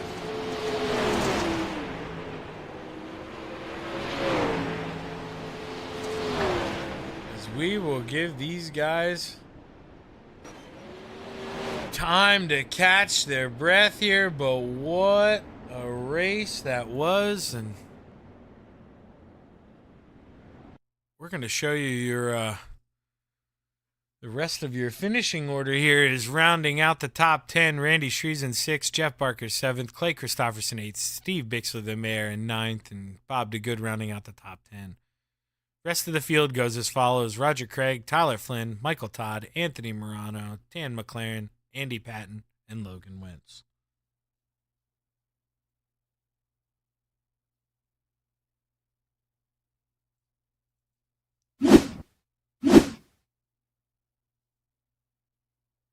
Let's see if these guys have made their way up to the booth here, and if they have, I'm going to pull them in one by one, and well, they haven't yet. The only one we've got in here so far is our winner, Ross Corinna, so we're going to give them a little more time here. But what a race, and you're seeing, I'm rewinding here back a little bit, Brad Waite. Seeing this is how far he was back a couple laps ago. He ended up getting the podium here, had to run his tail off to work back through the field. And well, we'll bring up still waiting on Brad Waite. So we see Gavin Chatham's in here. We're going to talk to the man in P2. Hey, Gavin, Shaggy up here, man. You got a copy? I hear you, Shaggy. Well, Gavin, man, you were really fast at the end, but man, maybe just ran out of time and ran out of opportunities. Yeah, we were fast all night. I mean, the car felt really great. I just need a couple more laps or just to clear those guys faster. It's tough when everyone's kind of running the same line. It's tough to pass, and the bottom didn't really come in fully. I thought it would for how far how pushed up 1 and 2 was. We were almost at the fence there, but man, the top was ripping tonight here at the Grove. But yeah, it was tough to get through lap traffic, and then that or not lap traffic, through traffic, and that one restart really benefited me. Restarting 6th on the outside, I was able to really power through it and get up to fourth, and then picked off Dean and Anthony there, and then set my sights on Ross. I just needed a couple more laps. So we were quick. We were coming. We had it rolling tonight for sure. Yeah, when that when that last caution came out, were you a little disappointed? You had to fight around that 32 again because we saw you had just gotten by him here. You had him clear going down the backstretch, and in 3 and 4, caution comes out. Yeah, it's always frustrating when you make a pass, and obviously it goes back to the last lap when there's a caution comes out. But hats off to Anthony, and he had a great run tonight. And he was racing me hard, and it was frustrating because those were a couple extra laps that we could have used to possibly get past Ross or try to figure something out. But all in all, second place is a good run, and we'll take it for sure. Yeah, man, can't complain with a P2. Hell of a job tonight, Gavin. Who you want to thank? I just want to thank you for doing an awesome job with the broadcast. I want to thank Coast to Coast Racing, all the sponsors. Thanks to Velocity Race Design for sponsoring Hometown Heroes, and all the sponsors, all the admin, everybody that puts this league on, allows us to come out here and race. Put on a good show. Thank everybody for that. I just want to thank Chatham Motorsports, Mike Schick Motorsports Design, Velocity Race Design, Northeast Outlaw Motorsports, Miller Time Motorsports. Thank you all the sponsors, all the help. I also want to thank the fans for coming out, watching the series, and supporting it.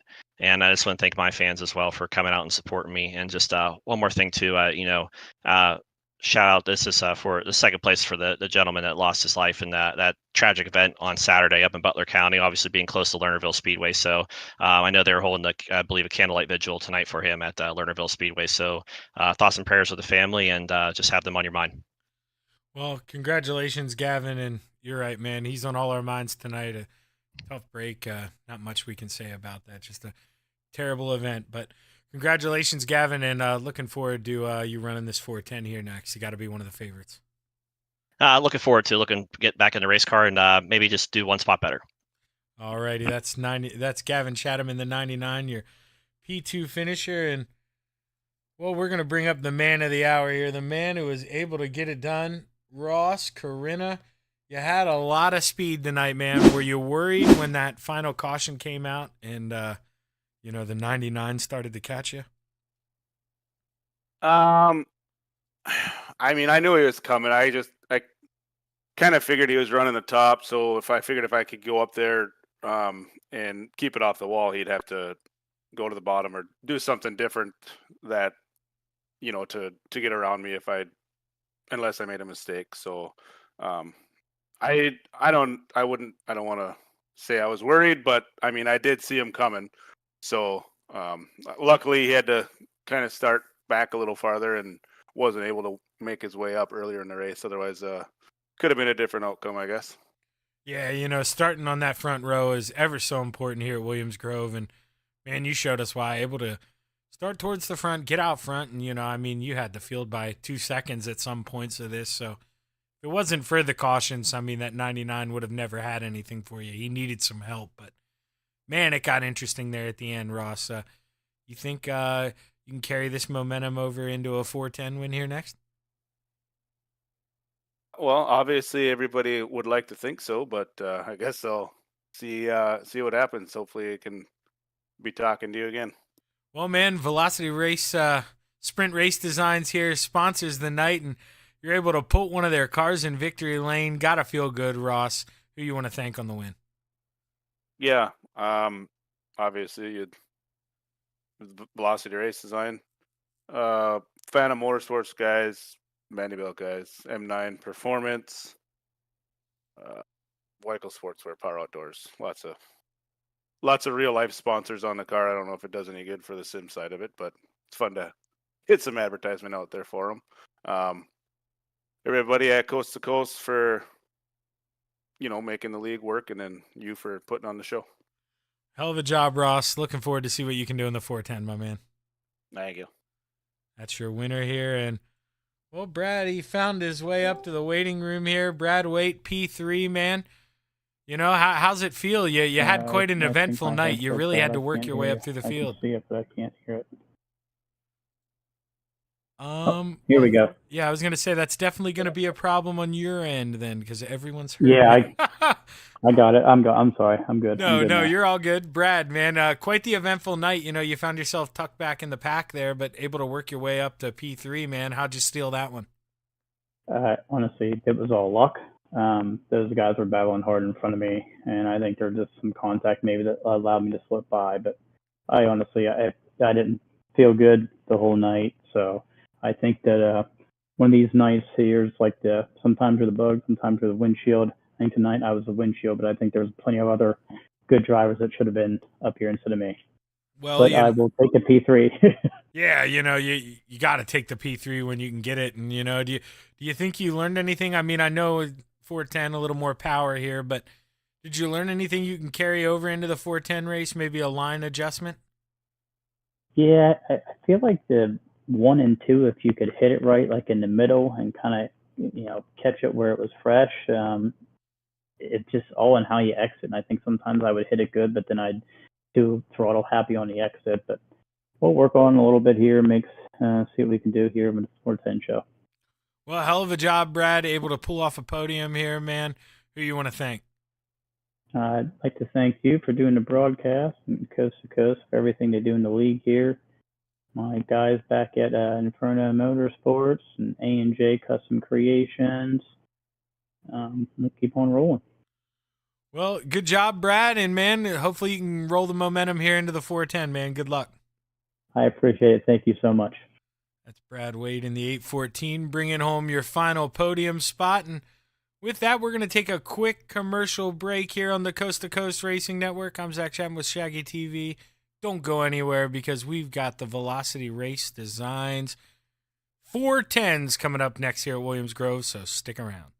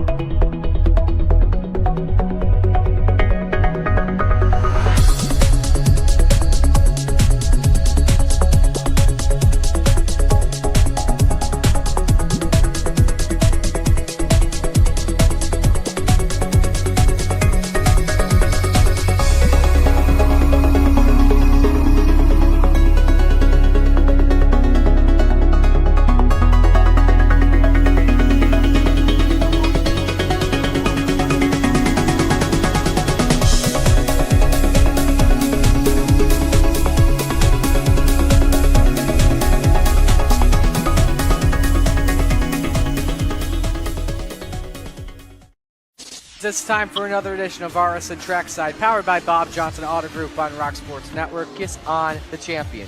Trying to be a bit of a hiatus, so let's get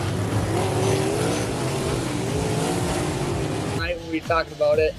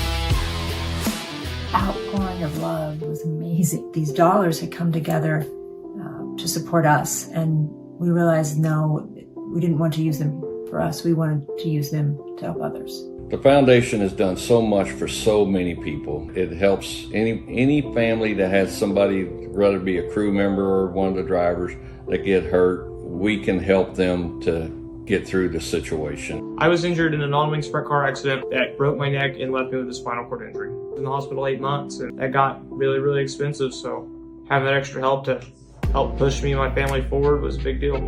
I was involved in a pretty gnarly sprint car crash. Found out my brain was swelling and bleeding. Pelvic bone was broken. I had 2 cracked vertebrae on my back, and I was in the ICU a little over a week. The Steve King Foundation reached out to my parents. We received a donation from them. Immediately, they started me on what's called neurofeedback, and insurance did not cover the neurofeedback appointments. So we received another donation from the Steve King Foundation. It really helped a lot, and I just want to say thank you. Thank you from the bottom of my heart to the Steve King Foundation for everything that they have done for me.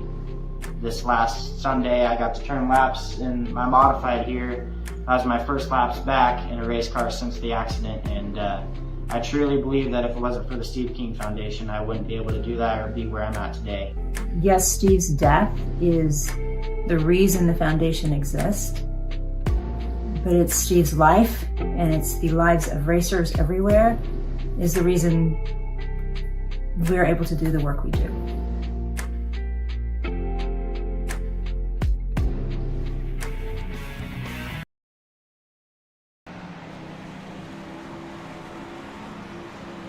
We are back on the Coast to Coast Racing Network here for the Velocity Race Design 410s here at Williams Grove, and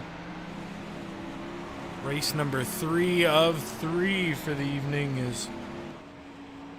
should be a good show here. A little more power than the last ones we just had out. 410 cubic inch as opposed to 360, so you're going to see guys be able to maybe make the bottom work here if they get on the binders and stick it in that tack. We might see a couple different lines roll here in the 410s this season. So this man, he was the winner in the 360s. You're going to have to keep an eye on this guy in the 10. Line's going to be very similar. It's just you're going to have to be a little more throttle conscious.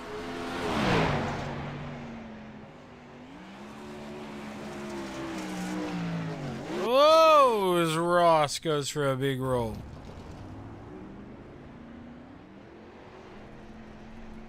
Superman Kurt Schatzer here.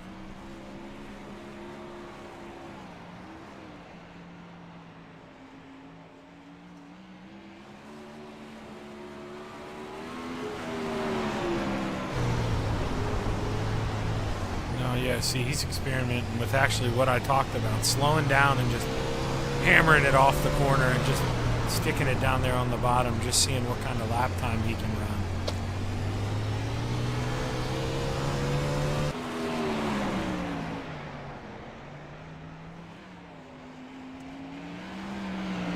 Let's see, we'll put up their most recent times here.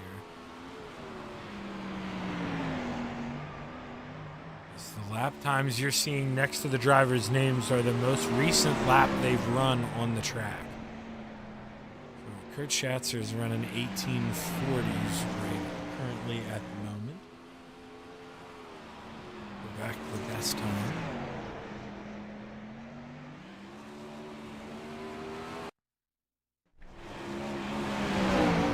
Logan Wentz here in the 118.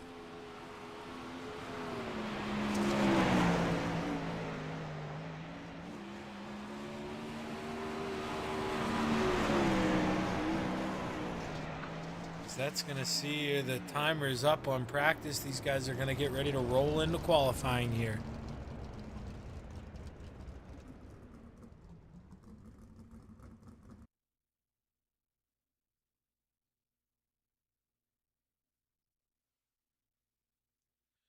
Let's see who's first to pull out on the track here for qualifying.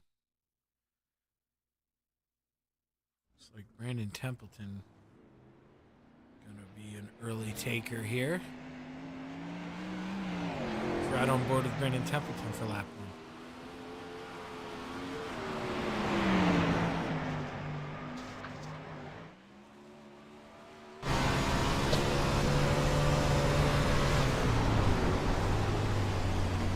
Right now, he thinks the bottom is a little faster. Normally, you'll see guys run the top on their first lap if they think it could be close. Then they'll run the bottom on that second lap after they're already up to speed. But he thinks the bottom is going to be the way to go here tonight. Purple in Sector 2. And that is going to put him on the top of the charts for now. He's the Ant-Man Anthony Morano. He's going to move up to P2. Dino going to bring it up to P3. Templeton, does he improve? No, he's going to slow down. See what Dino does here coming out of turn 4. Does he move up? No, he's going to slow down with an 18:31. Superman on his second lap, and then after that we'll go over to Samuel Bachman to watch him finish up.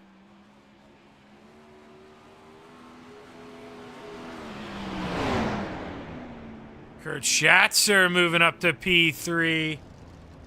Ross Corinna up to P5, your 360 winner. And that's going to do it for qualifying. Is your pole winner tonight, the 31 of Brandon Templeton, Brad Waite, and Kurt Schatzer round out the top 3 here in qualifying.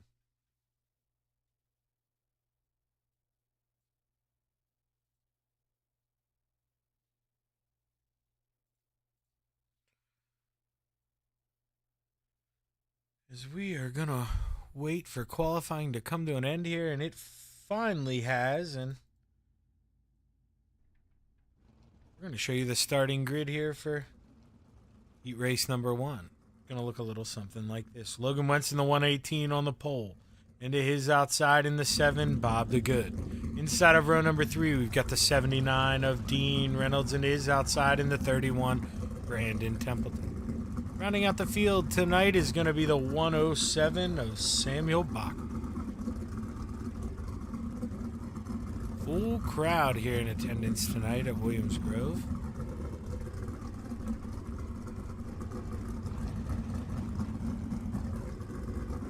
As you see, right now we're on the front stretch.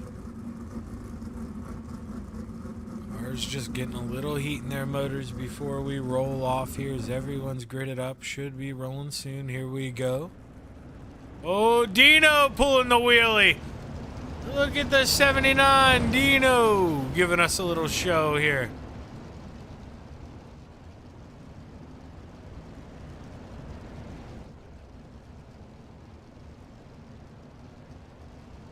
So coming down the backstretch, we've replaced this bridge at Williams Grove. We've got a new one.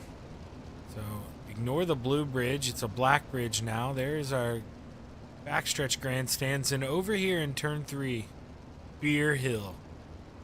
That's where you go and you get drunk and you throw your beer cans at the fence while you watch the race. But we're going to get ready to play here for heat number 1. Green, At Williams Grove Speedway in the 410s as Logan Wentz leads your field off into turn number 1. Bob did good with a big run on the outside of 1 and 2. Not enough to get at the 118 of Logan Wentz. And look at Brandon Templeton on the bottom. Already up 2 spots. Started P4. Brandon Templeton looking for the lead here on lap number 2. He gets tight, almost gets into the 7 of Bob the Good. He's going to lose that spot and possibly another one to Dean Reynolds, and he does. Logan Wentz out front trying to extend his lead over the 7 of Bob the Good, who is feeling a lot of pressure from the 79 of Dean Reynolds. Dean Reynolds storms off into the Hershey Kisses in 1 and 2, and look at the 31 of Brandon Templeton trying to work the bottom. Not enough there as he decides he needs to go back up to the top. The 79's going to work the middle and see if he can get by the 7. Bob the Good gets sideways coming off the corner. Heating up for the lead is Bob the Good is all over the back of the 118 of Logan Wentz. Can he make a move here? Coming off of 4, the 118 of Logan Wentz gets a little sideways. Oh, he tank slaps the 7-Up Bob the Good, who goes around, and he's going to have to come from the back. But now the 79's going to look low on the 118 of Logan Wentz. Logan Wentz doing what he can to try to protect, but man, here comes his teammate in the 79. 1 to go. Side by side as they enter turn 1. Dino throws the slider. Logan Wentz has to get on the binders. He checks up and looks back low. Final time through 3 and 4 as we're coming out at turn 4. Dino in the 79 looks low. Can he get him at the line? Dino's going to beat him to the line to be heat race number 1 winner, followed by Logan Wentz, Brandon Templeton, Samuel Bachman, and man, tough luck for Bob DeGood, who was showing a lot of speed.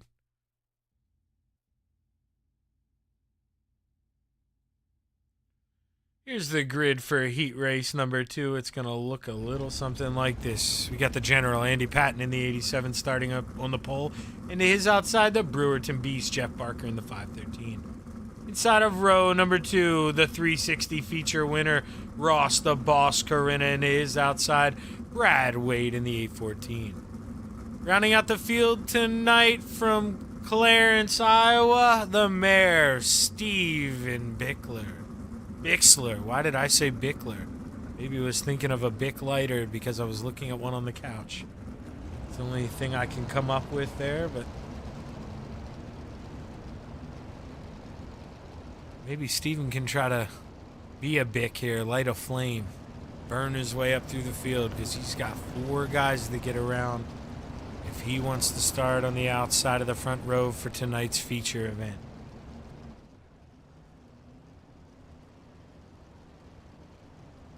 The General, Andy Patton, gotta feel the nerves in there waiting for the pace truck to pull off. He knows he controls this start here when the green flag flies. And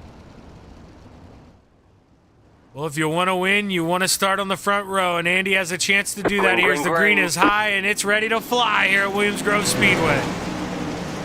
The General, Andy Patton, with probably not the start he would have liked there, as Jeff Barker is right to his outside there. Jeff Barker, the Brewerton Beast here, he's going to take over the lead. Ross Corinna has to check out, enter and turn, contact.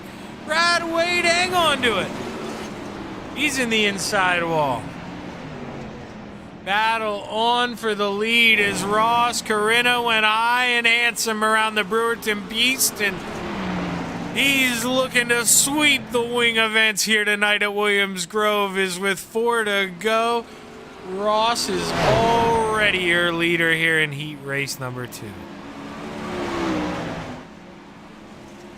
You're just watching that gap really spread out there. You saw that running. Oh, inside wall! Ross Corinna! Oh, no, we gotta go back and watch this again here. Let's go in the in-car. It looked like he just entered a little too low, possibly got the inside wall, maybe the tires down in here. That's what it is, just clips the inside tires, and well, Ross Corinna, if he wants to sweep the wing, he's gonna have a long way to go here. Battle on for P2 though, is Brad Wade looking to go around the Mayor, Steven Bixler. White flag flying in the air this time by final time around for the Brewerton Beast, Jeff Barker. Just wants to keep it smooth this last lap. No pressure from behind from Brad Wade or Steven Bixler. And the Brewerton Beast is going to take heat race number 2 here. Coming out of 4, the checkered flag is flying. Jeff Barker is heat race number 2 winner, followed by Brad Wade, Steven Bixler, Ross Corinna, and Andy Patton.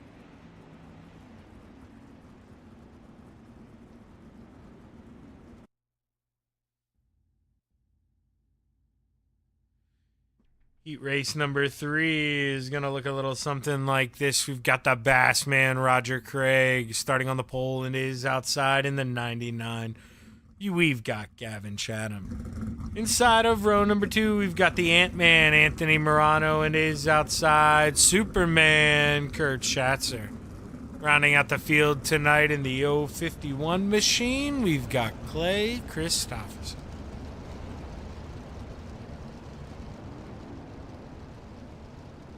Gavin Chatham, he talked about in his interview there, he finished P2 in the 360s. Remember, he was the one who I've basically been quoting, talking about how important the starting spot here is at Williams Grove. He had to work his way up through the field and, just ran out of time. He needs to give himself a good advantage here and maybe win heat race number 3 and start on the inside of row number 2 for tonight's feature. But got 6 laps to figure it out here at Williams Grove as heat race number 3 is about to go as the green is high and it's ready to fly for the Bassman Roger Craig. Green, green, green. Let's go play at Williams Grove Speedway. Gavin Chatham with a great jump in the slick on the outside. Roger Craig already down 3, maybe 4 spots. Contact with Anthony Morano as Anthony gives us a final wheelie here. I think something's broke on that thing.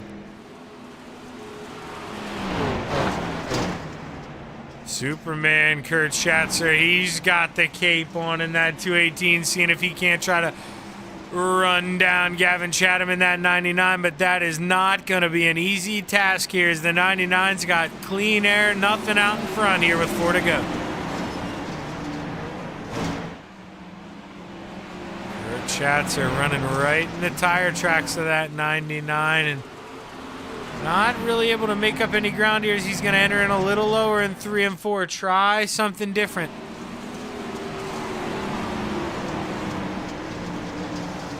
Right now, Superman, he's going to need some help. He is catching Gavin a little bit, as you can see from the gap, but just not really at the pace that he needs to get it done here, as there's going to be 2 to go. Double sticks in the air this time by.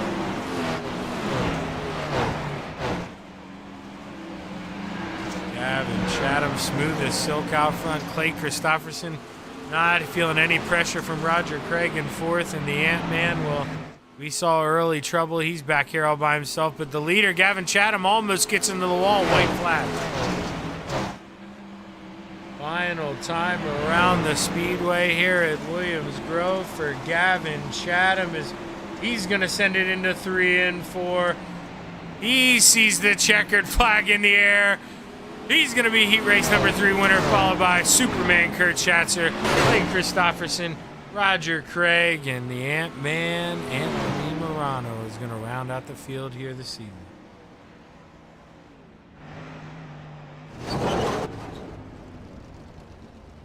We'll be right back. We're going to take a quick break here. Don't go anywhere on the Coast to Coast Racing Network.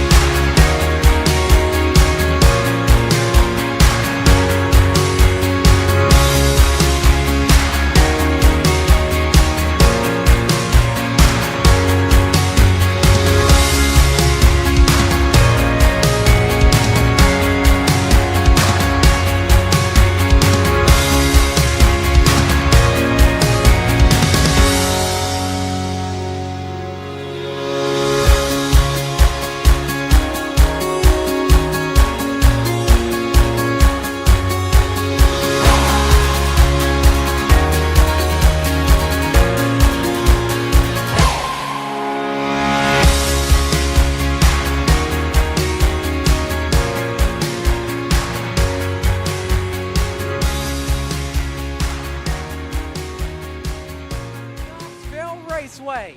They're lean, they're mean, they're 700 horses of man and machine. They're 4 wide before they start to slip and slide. Here come the Extreme ECTV Coast to Coast Racing League Sprint Cars in the Mike Westbrook Memorial Knoxville National. Where else would you rather be than right here, right now? Race, drive, green flag, showtime, the Knoxville Nationals underway.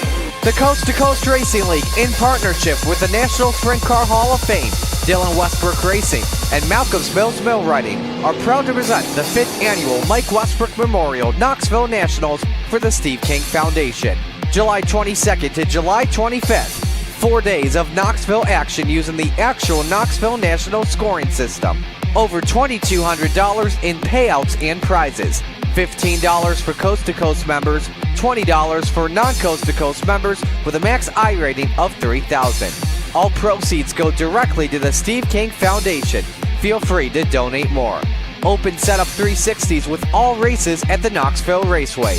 The event will be open to the first 100 drivers. All races will be broadcasted on the Coast to Coast Racing Network. For more info, log on to www.c2crl.com. It's showtime.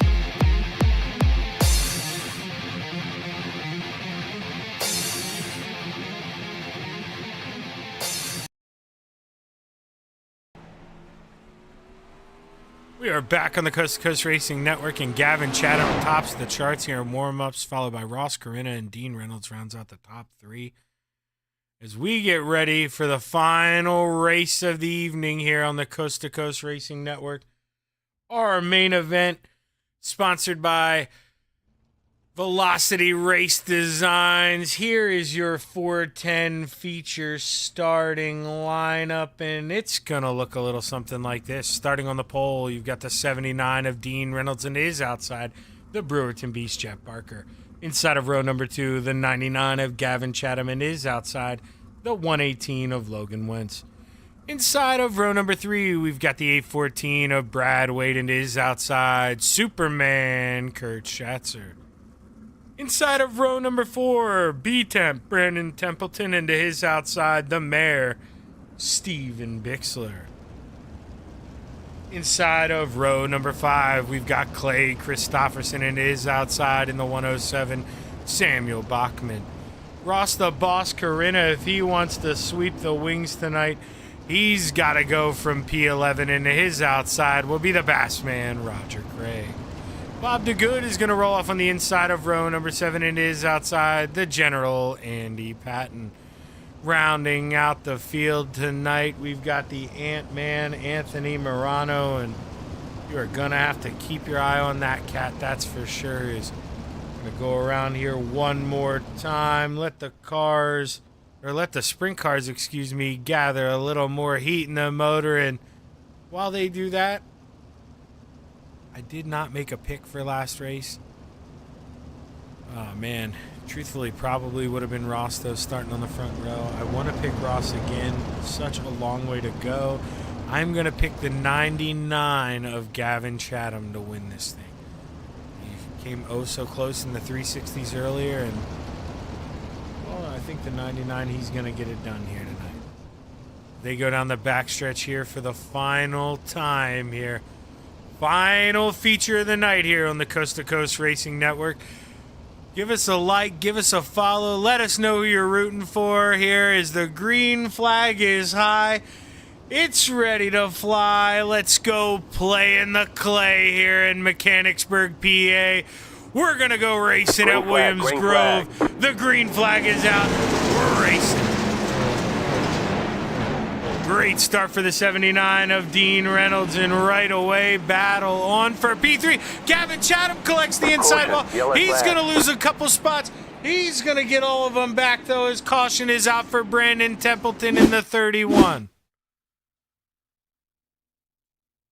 Let's keep an eye on Brandon here,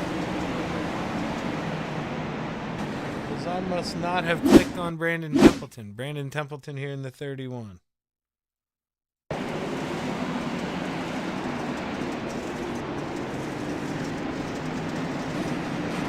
Just going to get that inside wall too, like Gavin, but much worse. Go outside and collect the outside wall as well. As a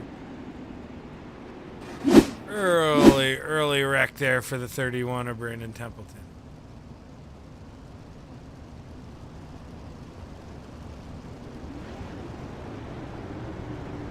Not too sure how this will go either. It might, because we didn't get a full lap, and we might go to a single file restart here. Pace lights are still on though, so We won't know until they come around next time by if they double up here or not.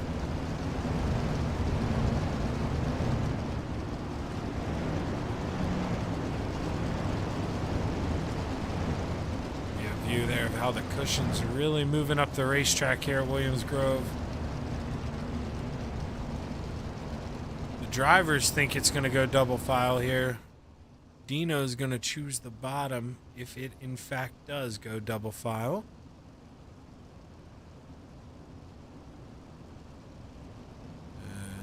As lights are off, and they are going to double up here. They're going to stay double file, so...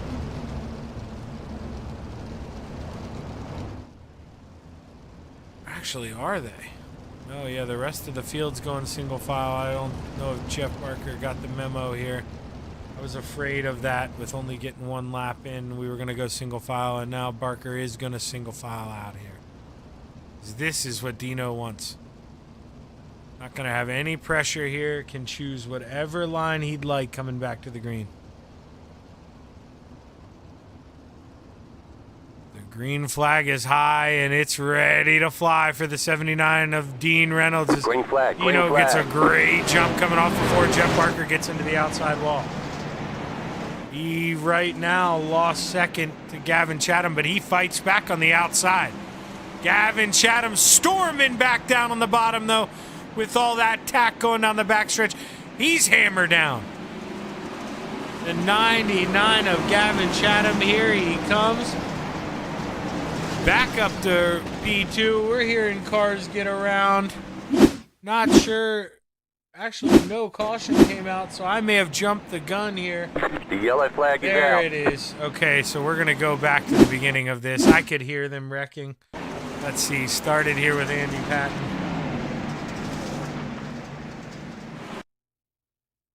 Maybe Andy... Does he get hit? Does he come down off the wall, maybe? Comes down off the wall. They're 3 wide. Steven Bixler can go absolutely nowhere. He goes down and smashes. Is that Anthony Morano ends up on the lid? And tough break for the Ant-Man. He sits there like, where's the caution? Where's the caution? Where's the caution? No caution. There's the caution.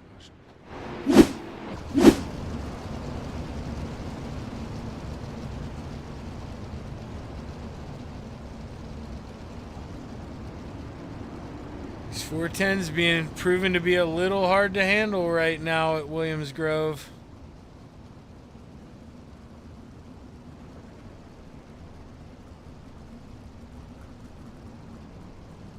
Dean Reynolds here. He knows that's already 2 cautions, 1 more, and it'll be single file for the rest of the night here. And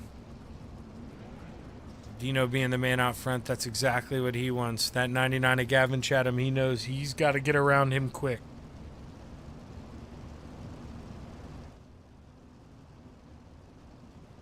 Should be a double file restart this time, though. The lights will go off. Dino almost gives us a little wheelie.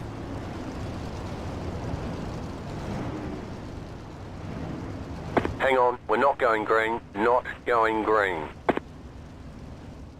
Gonna extend this caution here.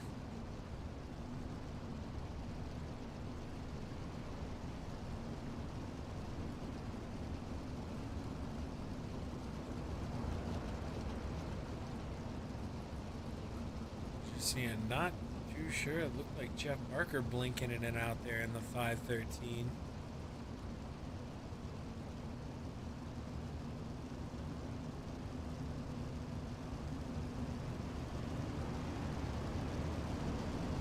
We're gonna double up here this time by, as pace lights should be off. And they are.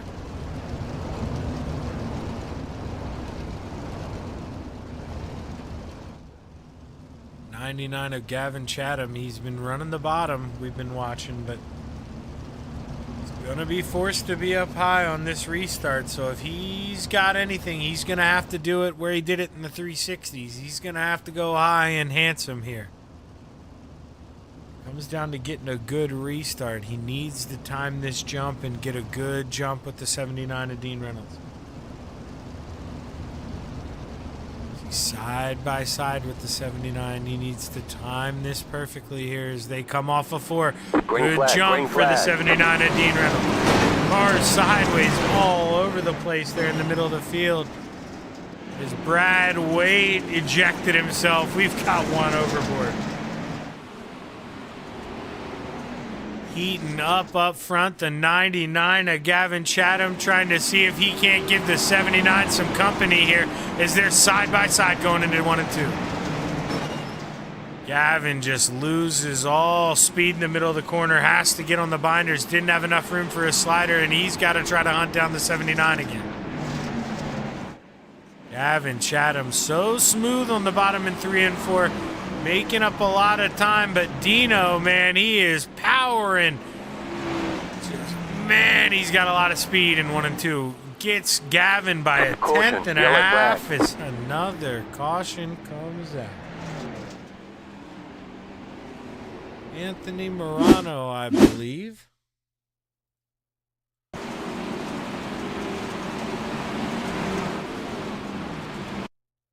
The Ant-Man enters in.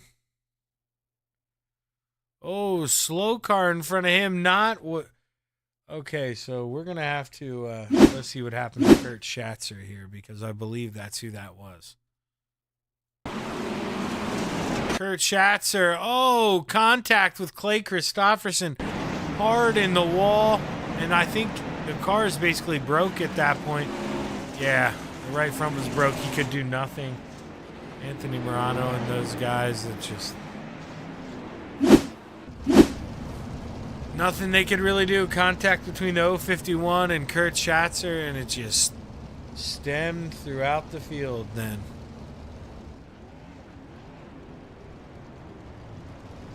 Gavin Chatham, he knows if he wants to get by Dino, he's going to have to do it on the inside. Dino's been running the high side.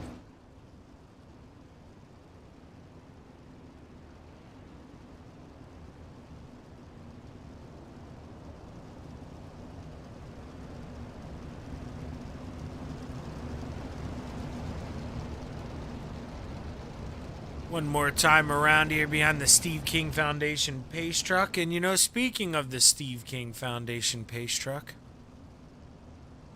Coast to Coast is holding a charity event. Knoxville Nationals next week. Hang on, we're not going green. Not going it's green. for the Steve King Foundation. And if you want to check out more about that, go to Coast to Coast Racing Network. Or Coast to Coast, C2CRL.com, excuse me. To learn more about that event. But for Coast to Coast members, it is $15. For non-Coast to Coast members, it is $20. And well, we're giving away over $1,000 in prizes. I believe $1,000 in payout throughout the field. So over $2,000 total between the two, and man, it is gonna be quite the show here as we love raising money for the Steve King Foundation.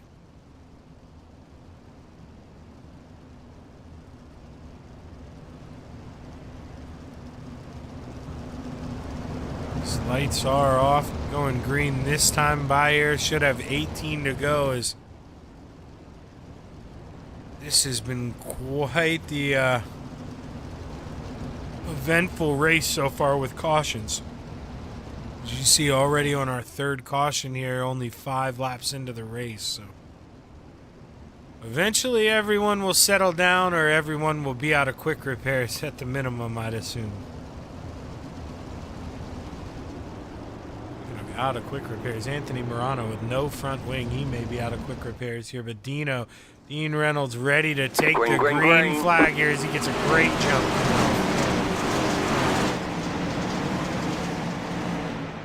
Gavin Chatham trying to make a run on the high side. He's going to follow Dean.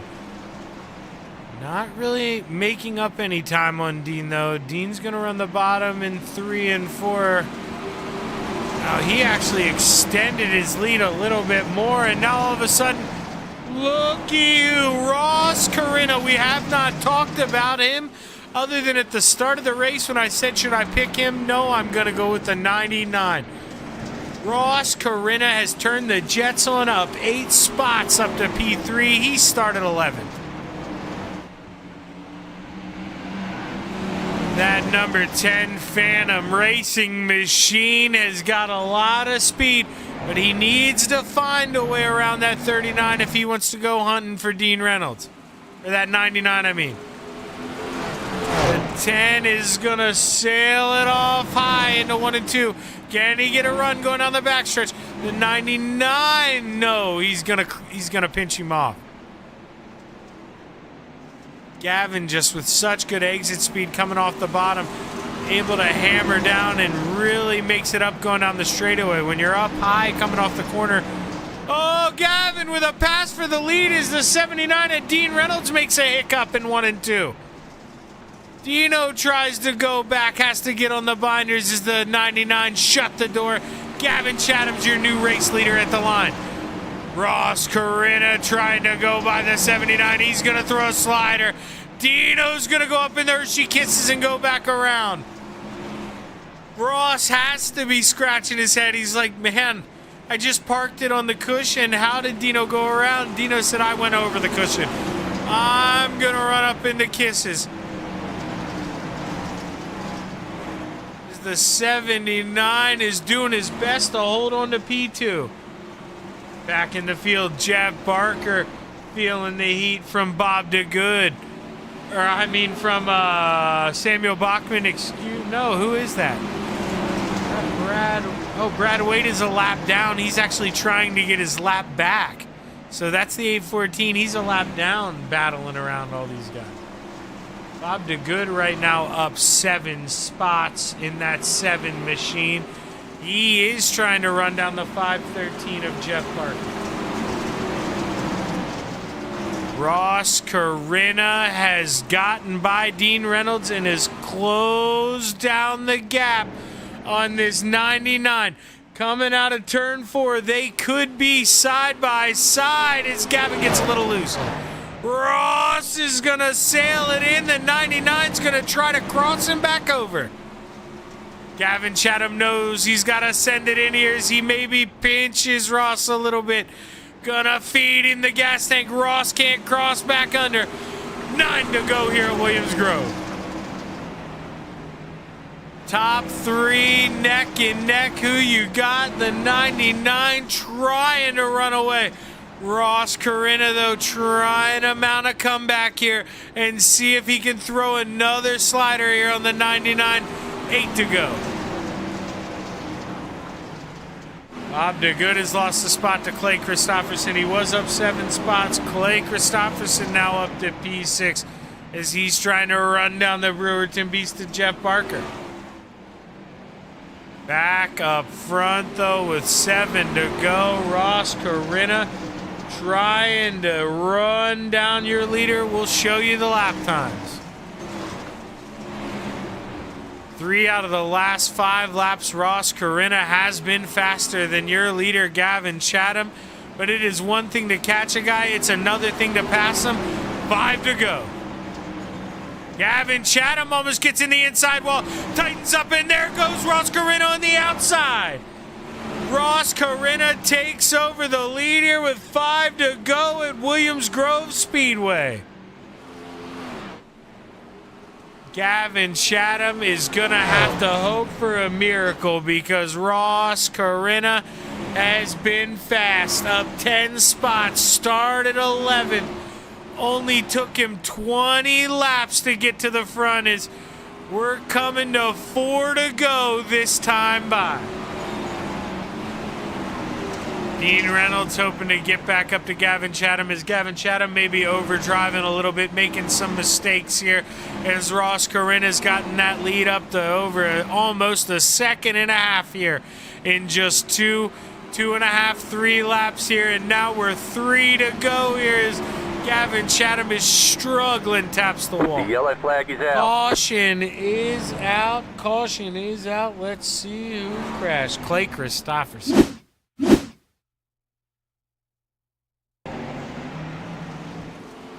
Because right now he's got the 513 of Jeff Barker behind him. But Jeff had nothing to do with it, and Jeff just got through it. He's going to get a little contact, but I believe the car probably is okay damage-wise, and he'll live to fight another day. It's a tough break there for Clay Christopherson. He had just gotten around Jeff Barker, and actually up into 5th, up into P5, so tough break for him, losing the top 5 so close to the end of the race here this evening. Andy Morano in the pits. Not sure if he has a quick repair left or he's just going to call it a night in that 32 machine.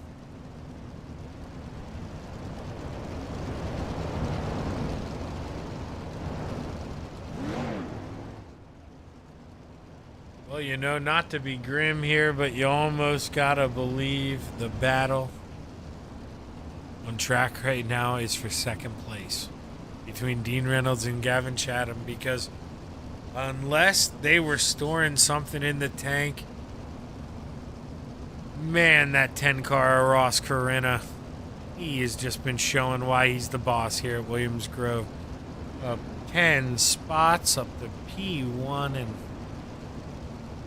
just doesn't look like anybody's got an answer for that 10 ride.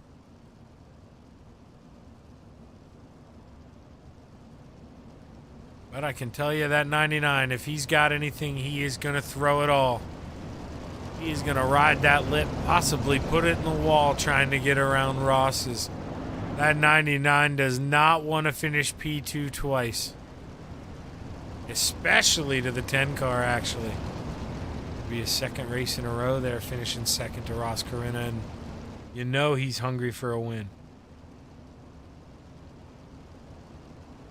Lights are off, though. We will be going green this time by, and it'll be a natural green-white checkered here. So if we can make it a lap, the race will be in the books if the white flag can fly here, as Ross Corinna looks to set the pace coming out of turn 4 here. Green flag, 2 to green go. flag. Good jump for Ross the Balls. Gavin Chatham in the 99, going to flirt with the bottom.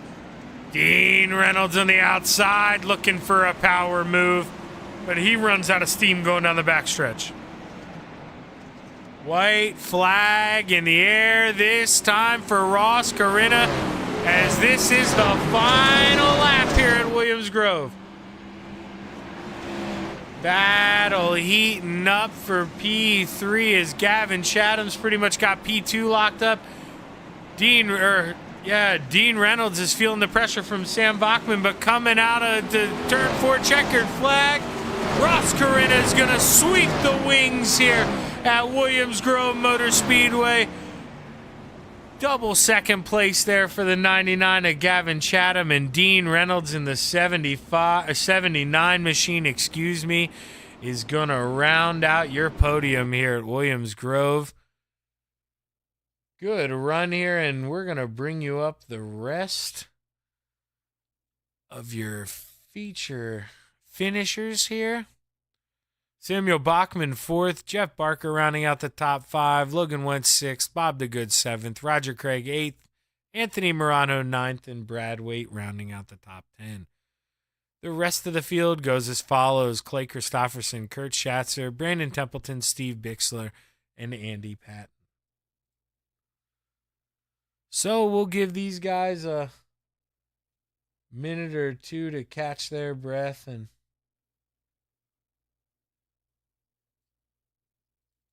we'll wait for Dino to come on up to the booth. But Dino ran up front some of the night, just not able to get the win, but I think he's going to be happy with this podium. That 79 showed a lot of speed tonight, and for not running the 410s, I think he did a pretty exceptional job. And Dino, P3, man, you know, you're going to be kicking yourself a little bit after the win, but dude, you know, 2 of the best got around you, so you got to be happy at the end of the night. Yeah, I mean, I was just sitting there talking in the room, and Ross I never saw a car get close in as fast as it did and blew by me as fast as it did. on a fixed setup. I even restricted my engine down too, and he said he didn't. And I'm like, I don't know how he got the grip like he did. And I'm like, I'm struggling on that a little bit. But then I hung with him once they both got by me there, and I was hanging on for a little bit. But then I was making mistakes. But the first thing I got to do is I apologize 18 times to Anthony Morano for that 360 race. I actually protested myself because he won't protest me, so I'm going to protest myself. But I went in too tight and won, and the car went up too high. And he says, all you had to do is tell me you're doing a slider. I would have backed out. I said, I wasn't planning on doing a slider. The car just went up there. And that sucked because that ruined a good race for him. But he's a good dude. He said, no, don't. Why'd you protest yourself? But I said I had to do it. But yeah, I mean, this is my second race with 410s in like a year, and I got that second on the first race there at Eldora. And I tell you what, Shaggy, these 410s are a lot of fun. I don't know if it's just a new setup that they put in for the fix, but even Clay's enjoying them. Well, a bunch of us modified guys are really enjoying these 410s. Yeah, I think a lot of that, maybe I'm wrong here, but I think the throttle control that you're getting very good at in the big blocks, that translates here to these 410s. And if you can master that throttle control, man, you're over halfway there. And with all these podiums, you're kind of showing that. Yeah, and getting a little bit more throttle. And Anthony is really good at that. He helps out with that. And Clay's also very good at throttle control, and they coach you. I mean, I still like to put it to the top and let it sail. I mean, that's my thing. I mean, like it was the bottom there in the heats in the 360s, and the guy goes, "What are you going to do?" I said, "I'm going in the fluff. Hey, I feel comfortable up there. That's where I want to go." And luckily, it actually worked to get that heat win there. And then, this track for the 410s got tricky. I thought it was going to stay bottom to middle, and then it got to high in 1 and 2, and then 3 and 4. I think you could put it anywhere. But that's Williams Grove. I enjoy Williams Grove. A lot of people don't, but I like Williams Grove. I like USA. I'm starting to like Port Royal. I just like the big tracks. Well, man, good race tonight. Able to finish on the podium behind those guys. Like I said, it's got to feel good. Who do you want to thank, Dean? Yeah, I got to thank the guys at FTM first and foremost. I forgot to thank them last night when I won in the retreads. Great bunch of guys, a great team, good supporters of iRacing. I mean, I'm amazed that there's like 17 of us, and we've been together for over 2.5, 3 years. And only 2 people have left, and we're still friends with them. And it's really a cool team to be part of. So I got to thank them. Got to thank Velocity Race Design. Ross. I mean, I guess he deserves a win if he could sponsor the league, so we'll let him do that. But, we got to thank him. I ran a Velocity Race Design in the 410s. I'm going to try to run all Ross's paints during the Hometown Heroes because if it wasn't for him, Shaggy, you wouldn't be doing your thing. And thank you for doing your thing so well. It's a lot of fun and good to hear your excitement doing it. And, I love to show everyone the telecast, and you do a great job doing it. I also got to thank Adam Flieger for doing those tribute paints for Corey. The Lernerville safety person that, safety worker that got unfortunately shot there in the Trump during the rally there. And if you notice, all the FTM guys had the tribute paints on, and Adam Flieger was a big guy to do that. And Anthony Morano helped put our number schemes on that. So I got to thank them. And, I want to thank Megan for watching, but he's sitting right here on the couch. So she didn't watch this one yet. But she'll watch it later. And hopefully my dad's watching. And, wish everyone well at Knoxville. I'm going to be in Quebec, but I'll be watching. Well, hell of a job tonight, Dino. Are you going to be here tomorrow night at Lucas Oil? Yes, I'll be here tomorrow night, and that'll be the last race for me for about a week. All righty, Dino. Well, good luck tomorrow night if I don't talk to you again, and, well, represent us Americans in Canada well. You got it, Shaggy. Thanks a lot, man. Yeah, congratulations, Dean. That's your P3 finisher here, and we're going to see if we can't pull up the 99 of Gavin Chatham. And, Gavin, he's got to be feeling a little heartbreak here, coming in second place twice to that 10 of Ross Corinna. Gavin, how you feeling? I'm not happy with the driver. No, I was all in the driver there. I made a mistake going into turn 1 and I tried rolling the bottom and I missed it, and it allowed Ross to get back around or to get around me. And then on that restart, I actually felt good to roll the bottom again, and I missed it and wanted to again. And if I would have hit it right, I don't know if I would have passed him, but I definitely would at least put the pressure on him a little bit there and made him hit his lines perfectly. But Ross is smooth, and Ross is he's definitely clutch, so he knows what he's doing, and he's always fast as well. So congrats to him on the win, and Dino on a good third place run. But yeah, that's 100% on the driver there. We'll have to go back and work on the 410 a little bit here. But other than that, it was a great run. Felt really good about it. When I got the lead, I felt good, and yeah, just unfortunate. But once again, another solid run. We'll take a P2 for sure. Well, you battled hard with Ross there, and you talked about it a little bit, but enlighten me more. We've seen guys struggle on the entry of 1 and 2, especially tonight. And is it just so hard to judge with the little bit of tack there on the bottom that some guys enter in a little early and almost get into that inside wall? It's definitely Williams Grove is probably one of the tougher of the racetracks. Definitely one of the more technical ones for sure. And turn 1 and 2 is definitely difficult with that wall there. You want to be close enough where you're still in the tack, so you don't wash up if you're too high up in that slick. But you also got to get the car slowed down enough to roll the bottom, but you don't want to slow down too much because obviously the top will keep the momentum. But definitely one of the more technical tracks, and it's not an easy thing to do for sure. By no means I'm not an expert or a pro driver, but it's definitely a difficult thing to roll the bottom here, and I feel like that's one of my strengths. I can do it decently well, and just it's just unfortunate we missed it tonight. But this place is tricky. It definitely gives people fits until you figure it out. Well, good run tonight, man, in the wings here. Double podium. Got to feel good, Gavin. Who you want to thank? I just want to thank you for putting on an awesome broadcast. I want to thank Coast to Coast Racing, Velocity Race Design for sponsoring this division, or Hometown Heroes, and I want to thank all the sponsors of Coast to Coast and all the admin, everybody behind the scenes that helps put the show on for us to come out here and race. I just want to thank Chatham Motorsports, Mike Schick Motorsports Designs, Velocity Race Design, Miller Time Motorsports, Northeast Outlet Motorsports. I think I got everybody. So I thank the fans for coming out and watching the races. I hope we put on a good show for y'all tonight, and I just want to thank my fans as well for coming out and supporting. Well, good race, Gavin. Oh, so close to the top step, man. You're itching for it. You're going to get one here soon. Good run tonight. Thanks. Have a good one, Shaggy. It's Gavin Chatham in the 99. And now we're going to bring up, man, the man of the hour again here. Up 10 spots, Ross. I said there in the pre-race thing, I said I want to pick you, but that 99 is just starting so close to the front that I got to pick Gavin. And man, you were battling with him hard, and he was able to get back around you. Did you think you were going to be able to get back to him and get him again? To be honest with you, no. I kind of figured once he saw me get around him, he was kind of gonna try to kind of run that same line if he got back around me, and he did. Luckily, he went to the bottom. I was talking to him in the waiting room, and he said he just made a little mishap on the bottom, and I was able to drive around him on the top. So lucky. Literally while you're talking, Ross, that went over on the replay, and yeah, he almost gets into the inside wall in 1 and 2. I don't know if you could even see it from your in car because you had sent it in so high up top, man, but you just drove right around him. It was a great move.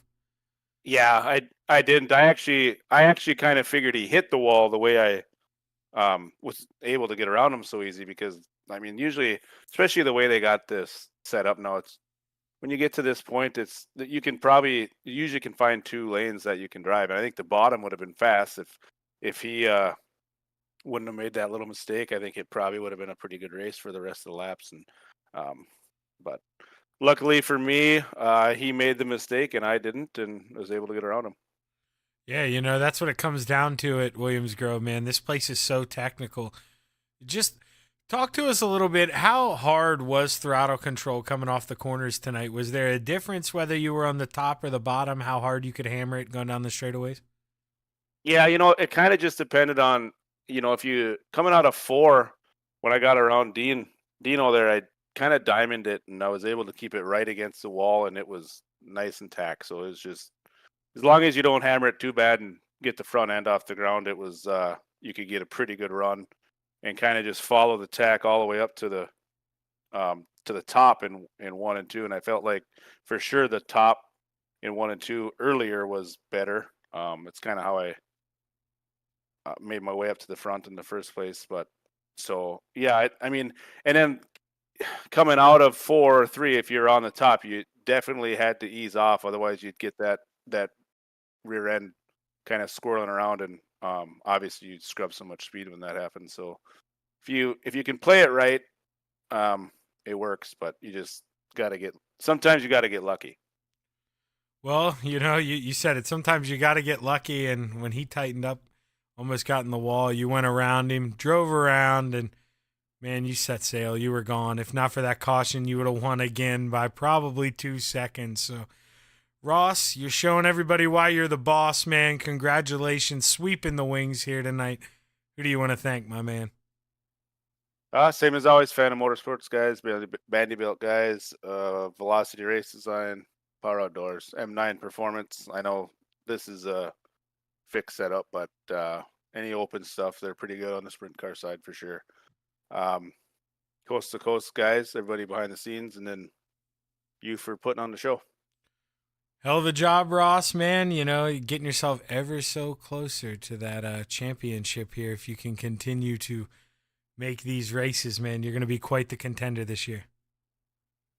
Well, let's hope I can keep making them, and obviously I think Blake and Patrick are out at Eldora, so hopefully this is the only one they miss. Yeah, well, for the sake of great racing, yes, but for the sake of your championship hopes, maybe they run into a couple errors here and then. But congratulations, Ross. Hell of a job tonight, man, at the Grove. Thank you. And that's your winner, Ross Corinna. And, well, with that, let's take a look here at what's coming up here. Tomorrow night on the Coast to Coast Racing Network, we've got the small block 358s rolling off at Stream will probably kick off around 6:50, something like that, 6:45.